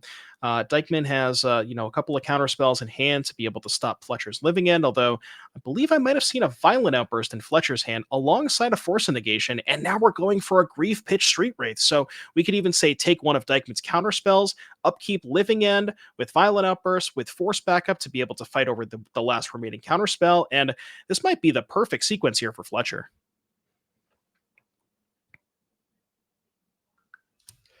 Yeah, I mean, there's this wall of stuff that he has to fight through, but Evoke Grief the first step in doing that, and Living End on Dykeman's turn with Violent Outburst with Force Negation backing that up, like that might actually be enough. And yeah, there's step two, there's Violent Outburst. And it looks like Dykeman's going to get the bad news in a second here. Yeah, and you'll notice Fletcher had actually held on to the grief for a couple of turns, and I actually think that makes a lot of sense because what you care about from Dykeman with the grief is you always want to take a counter spell, right? You're never going to take a threat or a card draw spell with one of those griefs, and you're waiting for the last possible moment to not only give Steven the most amount of opportunities to draw the counter spell, but you also want the information as to what your hand is to be able to make sure you know which counter spell you need to take and so on and so forth. So I like the patience here from Fletcher.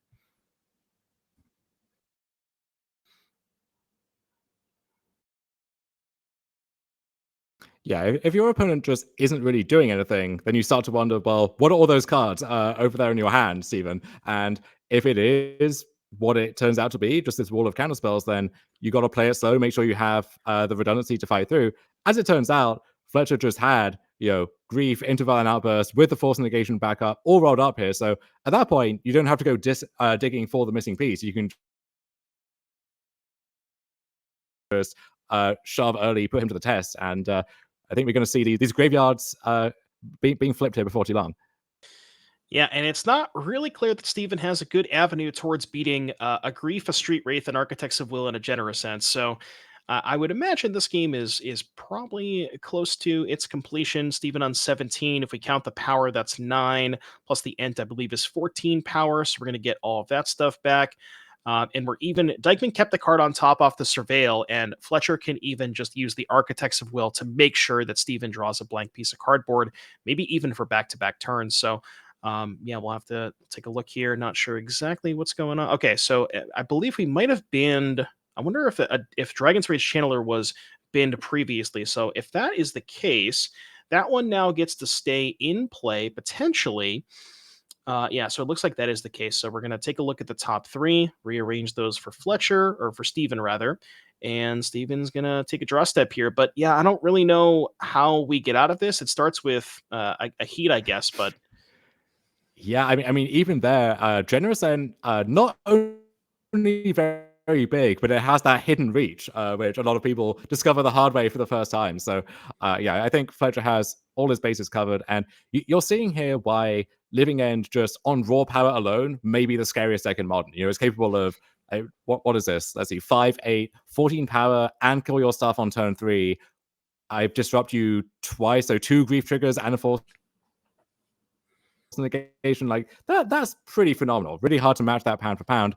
Once you have to fight through hate, it's a little scarier, but just as a game one deck, Living End is absolutely terrifying, and the best draws from it, as you saw here, feel pretty unbeatable. yeah, and Fletcher actually not even going to offer the trade of Architects of Will for Dragon's Rage Channeler. Is like, I think my 3/3 is a little bit maybe more important than yours, and even has the food to kind of offset the attack from DRC. And Fletcher knows what Steven is drawing, so he basically has perfect information because of that Architects of Will. So I mean, Dykeman's going to go through the motions here. You can chump block the Generous End, take 6, go to 11, but there's still 14 power next turn. And yeah, if Fletcher knows there's a land on top, then that is going to be it for game number 1. Fletcher even has the food token there to get himself back up to 10 life. So no, there's not even some weird sequence of iteration into double bolt or something and get delirium. Like I really think all those outs are fully closed off here. So Yep. So Dykeman is going. and one thing you can but one nice thing about watching Steven Dykeman, as we've done a lot this year, is you can tell from his body language often the way that things are going. This board state pretty obvious, but he just in case there's any doubt, he's making that clear for us too. So very quick and efficient game 1 there from Fletcher Johnson, who's putting on a clinic in his own right here in this tournament so far, continuing to make a name for himself. We'll take a look at these sideboards here. So for Steven Dykeman, we've got Flusterstorm, your go-to card against Cascade. Tashana's Tiebinder, one of the more recent additions to the format that's gained a lot of hype, found its way into a lot of decks, even at 3 mana. And one of the reasons is it's excellent against all the Cascade decks, countering the Cascade trigger on your Violent Outburst or Charlotte's Agent, effectively nullifying that, giving you a 3/2 body as well, and just a Mystical Dispute and a Force Negation help you fighting over the stack. Steven's going to have even more of that going on here in game 2. Yeah, that's one thing I wanted to bring up with this sideboard. Like you said, no Chalices, no Stone of Eric's, no Relics, no Soul Guide Lanterns, none of that stuff. So we're only going to be fighting with those counter spells, which we do have a lot of. And, the Dispute can help fight over Fletcher's Force Negations as well. But yeah, see, it's weird. Blood Moon used to be a tactic that the sometimes the Murktide or Rhinos decks would go towards against Living End. But ever since the introduction of Generous End, that kind of seems to be that plan has basically kind of fallen off the wayside. So let's see if we can get Fletcher's deck list up here on screen for you in just a moment and take a look and see what they are working with. And that we saw the game number 1, the Living End deck. So we have a Brazen Borrower, looks like a couple of Brazen Borrowers, a couple of Foundation Breakers, 2 Subtleties, an additional copy of Living End, a couple of Mystical Disputes, 3 Force of Vigors, and 3 Leyline of the Voids. Dom, what do you like here from Fletcher's side?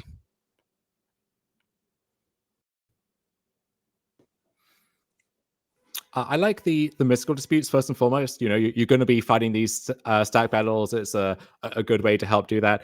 You do see some Living End lists that have things like Endurance in the sideboard, where you can almost pivot into this weird Delver style deck yourself with that card. His body is good against Murktide, and the text is good as well. Nice little flash that. Fletcher doesn't have that angle available, so he mostly just has to keep trying to do the same thing. And do it consistently. And so to that end, I think mostly just the disputes. And the 4th Living End you could board into, where it's a black card to pitch a grief, and if you think you'll have to cascade several times, maybe it's the 2nd or even 3rd Living End that's going to resolve in the end. You want maximum copies so that you don't run out or draw too many or anything like that.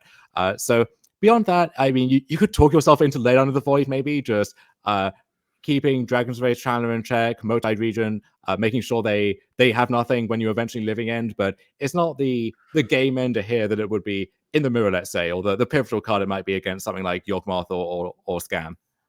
Right. Yeah. I was actually gonna mention that too, the ley lines, because you can help shut off the Murktide, maybe a little bit of less pressure from Channeler, and also, if there's creatures in the graveyard, those can kind of the Living Ends can if there's like you surveil a couple of creatures into the graveyard early and get those back with the Living End, that can be a little pesky. But yeah, so those are the sideboards. I don't know if we have a little bit of time before we go back to the match to check the leaderboard so we can get an update on how everybody is doing, because I've seen a couple of things in the chat that we want some updates. I don't know if we have an updated leaderboard yet, but if we do, we will see if we can get that up for you guys in just a moment. Okay, it does not look like we have a leaderboard. We did see Raja take down the last match against Theo, so that we know that Raja has advanced, but we are going right back to the action as we see a turn 1 Ragavan, and this is kind of what you mentioned in game number 1, Dom. Ragavan is the card that Steven wants on turn 1 a lot.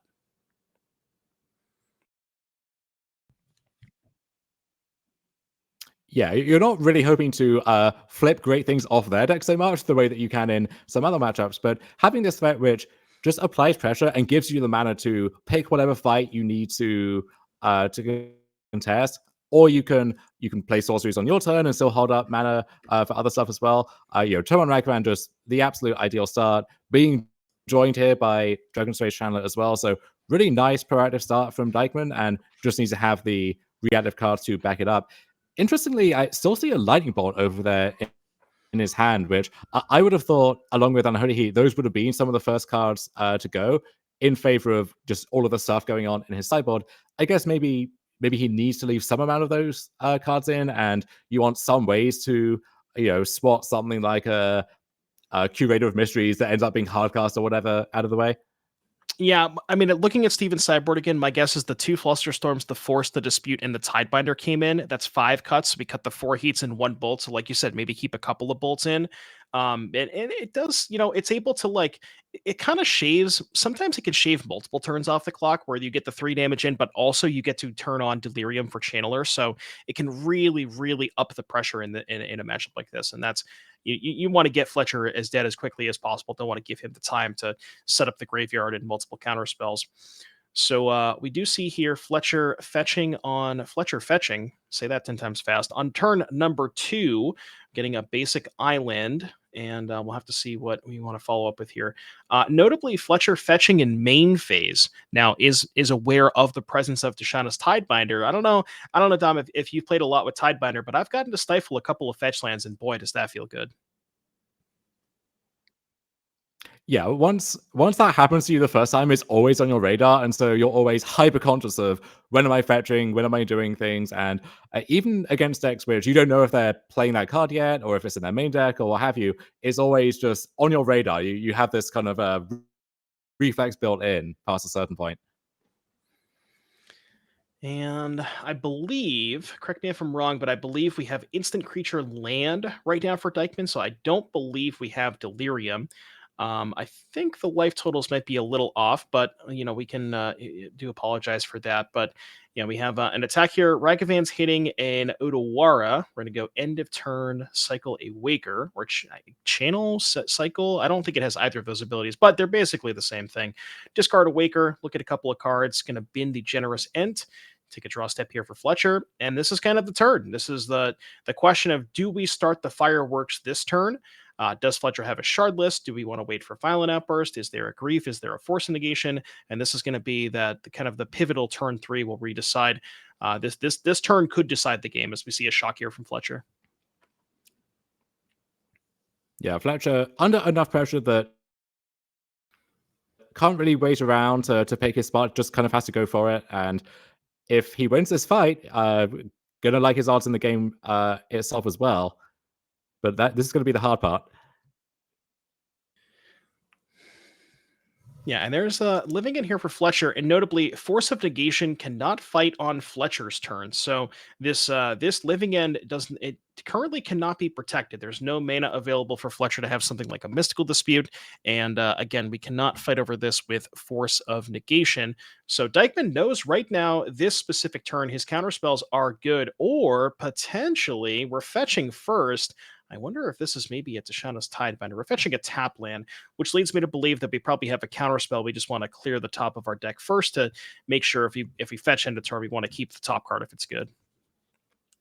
Yeah, sometimes the 2/2 blocker from Stardust Agent is a nice consolation prize. You expect your Living End gets countered, but the agent can block the Ragavan, buy you some more time. I think Fletcher's under enough pressure that, and we know Dykeman has the bolt in hand, that that may not be good enough here. But if Fletcher has the follow-up Cascade spell, then he might survive by the skin of his teeth.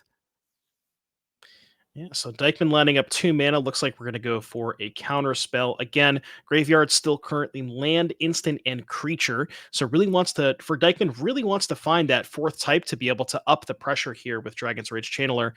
So we'll have to see exactly what we're going to go for. Dykeman in the tank, I believe there is a counter spell, a Flusterstorm, and I think a land in hand for Dykeman. That might be an Odawara. I don't know if that's super relevant, but it looks like we are going to go for this counter spell. And I mean, we could get into a spot where, let's say, the next Living End resolves, Dykeman gets a Dragon's Rage Channeler back, and can Odawara the Generous Scent away or something and, just about get across the finish line. So yeah, game could end up being decided on a very tight margin here. But Dykeman has, it looks like, Flusterstorm in hand for the next wave too. So that one, even through Force Negation, Flusterstorm, the best card historically at just countering instant all sorts of threats, and I think we're going to see that again.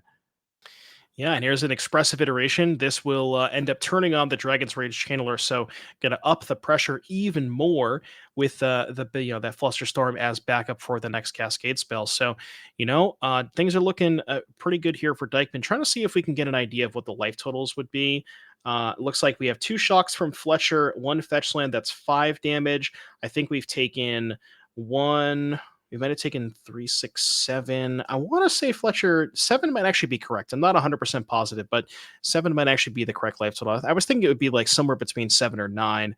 But yeah, this Dragon's Rage Channeler turning into a 3/3 is a massive, massive turn here for Steven.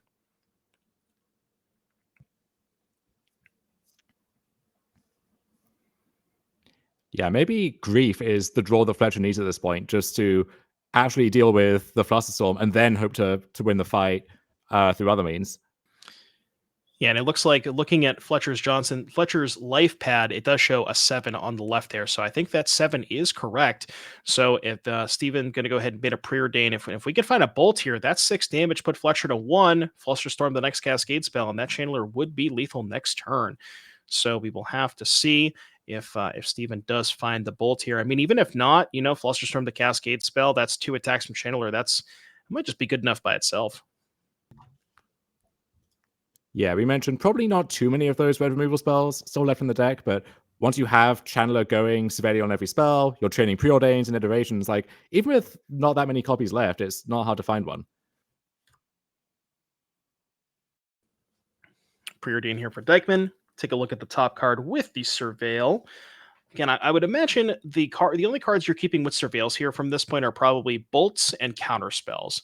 I'm not sure that Dykeman's looking for much else here. Maybe a Murktide Regent, because you have the 2 treasures available. I don't believe Dykeman's played a land. That's a Force Negation and a Spell Pierce, so those qualify as counter spells. Yeah, top both, draw a card. Please and thank you. It's like we're going to put the Spell Pierce in hand, which kind of makes sense if you don't have the extra blue card to pitch to force this turn, because with the 2 treasures, you can still Pierce and Fluster this turn. So that is something that Dykeman's considering. Yeah, this is the kind of game state where endurance would really shine, right? Like, you can't force negation or spell pierce or flusterstorm that thing, and that one would actually kind of beat the board as it stands right now. But without that, Fletcher just kind of has to play one way, and Dykeman has that one way covered on 3 different axes at this point.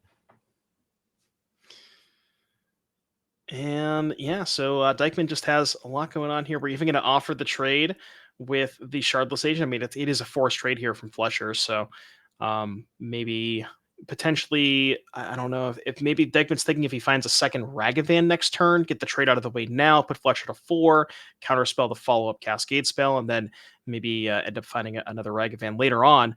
So yeah, Fletcher's going to fall to 4. We know about at least 3 counterspells somewhere between Steven's hand and the top card of his library. So I'm not really sure that Fletcher can fight out of this.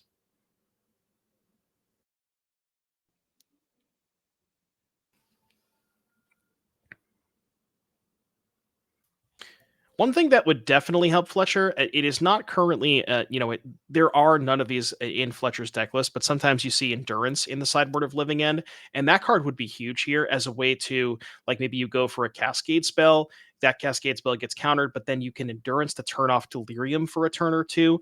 But yeah, for Fletcher Johnson, no copies of Endurance today, so that is not on the table. Yeah, Dykeman gets to still had all these with his Flusterstorm and his Spell Pierce and his Force Negation. He's got this one on lock, and we will be seeing a game 3 here in this elimination match. This is the phase of the tournament. Every match has these high stakes to it, and Dykeman he's won a lot so far this tournament and this year. But if he loses this, he's out. Absolutely. Yeah. This is going to be game 3 for all of the marbles. We already have the remaining 3 lined up for our top 4, and these players are going to be playing for the last remaining spot. Winner gets in, loser goes home. It doesn't get any higher stakes than that. And yeah, we will likely be seeing a game 3 here in just a moment. Fletcher's going to go for this end of turn something. We're going to go for a Waker, potentially lining that up. Maybe we're going to go for a Cycle of Generous and First, or Curator of Mysteries. But yeah, with the 3 counter spells that we know about in Steven's hand, I don't really think there's a way out for Fletcher unless some sort of weird sequence with like a cycle into double force and negation. I'm not even sure if that's good enough, to be honest with you, because Dykeman has 3 counter spells.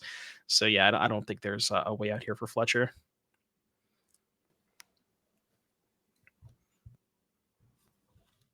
It is a testament to the living end deck that this game is still going on, and theoretically it's winnable. But Dykeman, what is it? 3-4 pieces of interaction at this point that's a lot. That is way too much. Yeah, Fletcher's going to go for it. Here's the Violent Outburst. Although that one not actually castable at this stage, right? Fletcher's mana, Watery Grave. Oh, right. Yeah, Watery Grave, so... Stomping Ground Island. This is a time shifted match. So I'm not sure. I don't know if the players are still playing. We probably cannot. We probably can't actually get this fixed. But honestly, it doesn't even matter. Even if the uppers could be cast, yeah, I mean we're good anyways. So. Thankfully, that did not end up mattering. But yeah, maybe we can get a shout out to production and just let the players know that was something that can happen, just so it doesn't happen in the future. But that was game number 2. Steven Dykeman taking it over Fletcher Johnson, and we will be getting you over to a game 3 here in just a moment. Fletcher on the play. Do you think that changes anything, or do we still like Dykeman's side of things?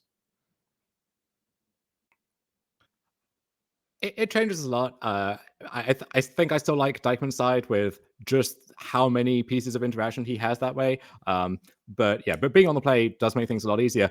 Worth noting, that is a real downside that we luckily saw not matter there of this build of Living End, where Fletcher, he has this heavier black focus with the Troll of Khazad-dûm, a Watery Grave to go along with it, which was part of his mana base there in that game. But that does make it harder to cast this Gruul card sometimes, which the whole concept of this deck is kind of strange, right? You're this very heavy blue deck splashing this Gruul card, and if you're also splicing this 4th color in alongside that, then there is a real cost, and you only have 14, 15 lands, and sometimes that makes itself known. Yeah, absolutely. The mana is, we like to say that the mana is typically free in Modern, but yeah, I mean, there's 14 total lands in Fletcher's deck list, along with those, the 3 trolls, the 3 generous cents. But worth noting, because in order to make room for those extra land cyclers, you got to cut something. And Fletcher is, we're only playing 4 fetch lands. So normally you would see somewhere maybe between 6 to 7 or 8 fetch lands. We're trimming down on those a pretty decent amount, and even making room for an Odawara as well. So I don't know if we have an update on whether or not we're ready to go into game number 3. If not, we can maybe take a look at some other slides for you. But here we go. Game number 3, all the marbles. Steven Dykeman is going to be on the draw, Fletcher on the play. And this is, like I said, elimination time, backs against the wall. You only got 1 game left in the tournament for one of these players, and here we go.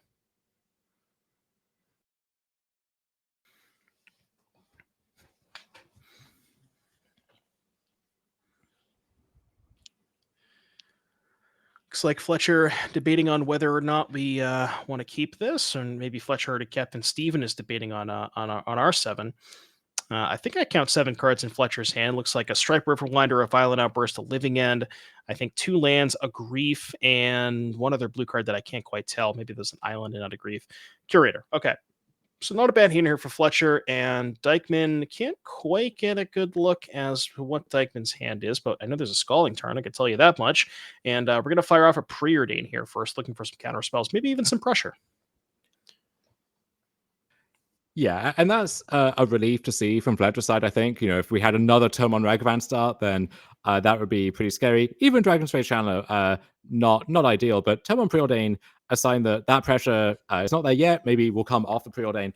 But one big difference on the play versus the draw is a card like Expressive Iteration that you see in Dykeman's hand. there just might not be a good window to cast that, right? Like you're tapping very low on your turn, which means by the time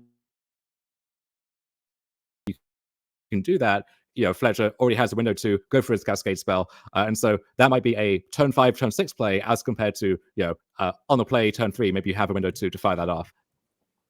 Yeah, the counter spells are good, but like you said, when Fletcher is under no pressure, there's kind of much less of a reason for him to go for it. Typically, with combo decks like this, you'll see what ends up happening is if they're basically only going to go for it if they're in a position where they feel like they are either maybe if you have perfect information, you're 100% to resolve a spell, or B, if you're under some amount of pressure and you feel forced to go for it. But without either of those circumstances, Fletcher can kind of just keep developing, cycling, getting the graveyard filled, trying to find those additional counter spells to help fight over Stevens, and has a lot more time to set up. So Dykeman really wants to find some. You need a mix, right? You can't just have the permission. You can't just have the pressure. You need a little bit of both. Yeah. So Jonathan cycling for what will be several times this game. I think it's sometimes tough to weigh up just how good a hand from Living End is because you don't know what the cards in it really are. 4 of them are going to get cycled away and replace themselves. But he does have the all-important Cascader, and at this point looking for the 3rd land and which the Generous End can account for, and I think also some line of defense. Expecting there to be at least one counterspell. So agree for Force Negation to go with the Violent Outburst, maybe just a 2nd Cascader, so we can do that again. And that's the recipe that we're trying to put together at this point. So another Preordain from Dykeman, trying to sculpt his hand even further. So Preordain's going to look at a Spire Bluff Canal, and it might have been a Flusterstorm. I think that was a Flusterstorm, so likely going to take that Fluster into hand. And that's like, Flusterstorm is probably one of Dykeman's best sideboard cards because it's the one that's kind of, that you really can't fight over, right? If there's a living input on the stack, Flusterstorm is being cast, assuming there's no available mana for Fletcher. You can't, not only can you not pay for it, but you also can't 1-for-1 or 2-for-1 yourself with that Force Negation, since there's multiple copies of the Flusterstorm. Yeah, even just paying for that one straight up, you need 6 lands in play, which is a tough ask for your 14 land deck. And then if any other spells are being cast on either side, then realistically, you're not paying for that. That one's off the table. So Flusterstorm, the most reliable answer to a living end that you're going to find. The focus here has just got to be finding enough copies of cards like that to break through that wall. Absolutely. So we see Fletcher going ahead and fetching end of turn. Going to start off with a Cyclo Stripe Riverwinder and a second one. That's the 5/5 hexproof. So going to just go ahead and cycle through the deck here. Fletcher looking just again to set up the perfect hand. Maybe something like a Grief to clear the way, followed by a Cascade spell. And as we talked about, Stephen, Fletcher is not under any pressure. Fletcher has a lot of time to develop his hand, the graveyard, find that critical mass of counter spells and griefs to be able to defend the living end. And Dykeman's kind of the one that needs to find it. Now, Dykeman, with the Flusterstorm, that one is, again, as we said, it's really hard to fight over that one. But Fletcher's shocking here, so indicating that we're going for something, and we're just gonna fire it off. Love it. Violent Outburst. Let's do it. Okay. Top card, living end. Okay. Don't have to reshuffle anything there. Yep. And yeah, Fletcher's saying you got to have specifically Flusterstorm or double Spell Pierce exactly, basically to contend with this. And Dykeman has the first thing. He has the Flusterstorm. Now, I wonder if you're Dykeman and you have Flusterstorm and Spell Pierce, you probably go for Pierce first because that might even bait the force out of Fletcher's hand. So, or there's like some weird leveling, right? It's like you pierce first. You kind of assume they have force if they're going for it here. So you pierce, they force, you fluster, but then you don't have a 1-mana interactive spell if they have a second Cascade spell. So there's like these weird levels where if you go for fluster and hold up pierce and Fletcher goes for shardless on Fletcher's turn, then your pierce is good because they can't force on Fletcher's turn. Yeah, as it turns out, I think Steven just had the fluster and will happily trade that one off. And so Fletcher, not happy to see that, but he's got some time to rebuild and look for the next thing. And there's another Force Negation without a source of pressure too. This might be the kind of game where, we got an Architect's Rule there. We find a Creative Mysteries, 4/4 flyer. What up? You're gonna counterspell that. because you're not going to spell pierce it. You're not going to force negation it. And that might actually be a relevant threat by itself, or even a generous end. If we work our way all the way out the train, this is the fourth end from this end, and you start to think long term, Devin. You start to work your way up. Absolutely. So we, fetch land here from Fletcher. Ended up drawing the second copy of Force Negation. I couldn't quite get a good look at Fletcher's hand, but I don't think there is another Cascade spell. I think it's 2 Forces, a Generous End, an Architects, and a Living End. So, yeah, not exactly what Fletcher wants to see here. So we cycle a Generous End and really looking for that second Cascade spell. But if we find the second Cascade spell, we do have the Force backup, and maybe Dykeman doesn't have enough defense to be able to fight through this Force. Yeah. So finally, a window to resolve this iteration, if that's what Dykeman wants to go for. And I wonder if Johnson resolves this Architects, he might just use it to target himself to dig for that next Cascader, and he has the Generous End to reshuffle after that if he doesn't like what he sees. Exactly. So here's an iteration here for Dykeman. Let's see what we want to grab here. So we get a Bauble Exile, not sure what went to hand, and a card on the bottom. Mishra's Bauble, kind of the card you're always looking for, the Exile, because no matter what you have, you can always play that one for free. Dykeman going to go ahead and deploy that Bauble. And do we have a threat? That's the question. Do we have some kind of Ragavan or Dragon's Rage Channeler, potentially a land followed up by a Murktide? We'll have to see if Dykeman can put some kind of pressure in play. Now, again, Fletcher's hand is not good. Like it's not very good. But I mean, that could change if we just find any single Cascade spell, right? Whether you have the Cascade spell and the Force to back it up, especially if it's Violent Outburst. Yeah, so Johnson going to dig for the Cascader the normal way.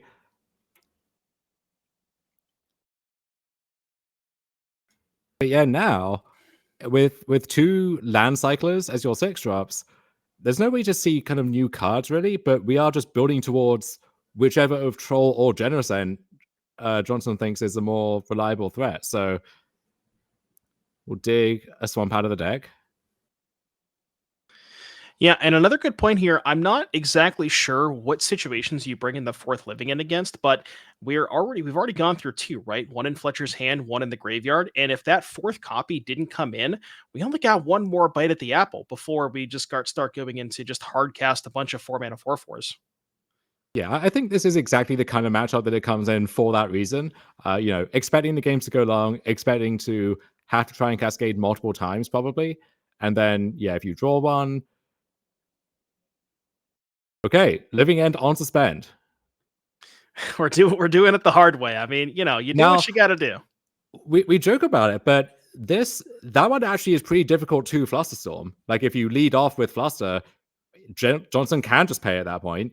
And for the other kind of spells, if by that point, if it comes off, Fletcher might just be able to hardcast at least one Force Negation to fight over it. So there might be a fight happening at the weirdest possible time, basically, on Fletcher's upkeep, not Stevens, in a few turns. Yeah, and Fletcher, as you mentioned, does have that 6th land rolled up. We have a Steam Vents in hand, so that unlocks double Force of Negation. So you're kind of seeing maybe a couple of turns from now, and Steven's going to recognize. But, again, if that double Force of Negation comes off, maybe the Flusterstorm is good. It really all depends on how much permission Dykeman has in hand here. I think I can't quite get a good look. Gigantic hand, yeah. Yeah, so many cards. I see at least a Ragavan. I got that part down. Didn't quite get a good look of the rest of it. I wonder if we're going for a Murk. Yeah, looks like a Murktide here. And that one might be a 2-turn clock. I think there's 4 spells. So 4 spells would be a 7/7, which is not quite a 2-turn clock, but with Fletcher at 15, maybe can get the extra point of damage in with that Ragavan. Yeah, I mean, Fletcher can just try and resolve this Generous End as a blocker, if nothing else, to buy that crucial turn. And so Steven might have to fight over that. I think I saw a Subtlety in his hand, which this is going to be a perfect spot for a Subtlety. if that's a game plan. I bet you that Steven did not envision pitch casting a Subtlety on a hard cast Generous End going into sideboarding this game. But you know what? Stranger things have happened. So we're not going to go for the Generous End. We're just going to play a Steven's tapped. I meant to use my free spell on your free spell. We're paying mana for this? What's going on? So we'll get Steam Vents into play tapped here. Fletcher choosing to not fight over anything this turn. And I think the reasoning for not playing the Generous Scent this turn is because he recognizes at 15 versus a 7/7, if he shocks or even fetches a basic, that's now a 2-turn clock and he's dead to a single counter spell. Whereas if you play the Steam Vents here, you can wait a turn, take 1 hit, play the next turn, and then still be able to theoretically take 2 hits from the Murktide and survive at 1 life. Now, Yes. surviving at 1 life is a little sketchy against the deck that has Ragavan Bolt, but, Fletcher recognizing the situation, I think that play does make sense. Yeah, the damage really matters, and this game could easily be decided on the margin of 1 or 2 life points in either direction here. So I think Dykman kind of sees the end in sight, but just has to get there and knows how that could be prevented from happening, if you like. And we're lining up 2 mana, which I think means that we're going to go for Dash Ragavan here, because I did see a copy of Ragavan in Dykman's hand. And we're lining up 2. Yep, there is the monkey. So that would be an attack for 9 damage. And now Fletcher sees he can no longer take 2 hits from that Murktide because currently cannot answer the Ragavan. So that's going to be 9 damage coming across. We'll have to see what Dykman can go ahead and hit off of Fletcher's deck. The one thing I didn't quite get a good look of is how much permission is in Dykman's hand. Heartcast Straight Wraith anybody? That's probably not going to happen. But yeah, I can't quite get a good look. I think there's a Force. I think I saw at least a Force, maybe a Spell Pierce. I couldn't quite get a good look though. Yeah, I mean, really the question might just be, can he fight over this Generous End? Yeah. Like Force doesn't do it, but Subtlety, Counterspell, anything like that. Yeah, I mean, Fletcher's hand is 2 lands, 2 force negations. Our hand is, for lack of a better term, forced. Here's the Generous Scent. Do we have the counterspell? We know about the Subtlety, though. Subtlety is going to close out the game. We also have the counterspell, too. So, counterspell and Generous Scent, and that is going to do it. Steven Dykman winning the match 2-1 over Fletcher Johnson and advancing into our top 4. What an incredible match. And congratulations to Steven and condolences to Fletcher. Dom, that was an insane match. Yeah, that was a much slower and stranger game than I expected there. And I really thought Fletcher was going to pull ahead. We saw him just gunning for that turn 3 living end, really putting Dykman to the test. Dykman passed, and then the game really slogged on a lot. And it felt like there were maybe some windows where if Fletcher did find a Cascader, he might be able to force it through. Or if he just found random creatures, just draw a Grief, draw a Curator of Mysteries, just hardcasting those might have been a good line. But instead, Steven found the Murktide, which was going to shut off that route to victory. And then there was only one route left, just the manual takedown of Living End, and it wasn't fast enough and it wasn't good enough. So Steven Dykman continuing his incredible tear throughout this tournament, going to be moving on to stage 4.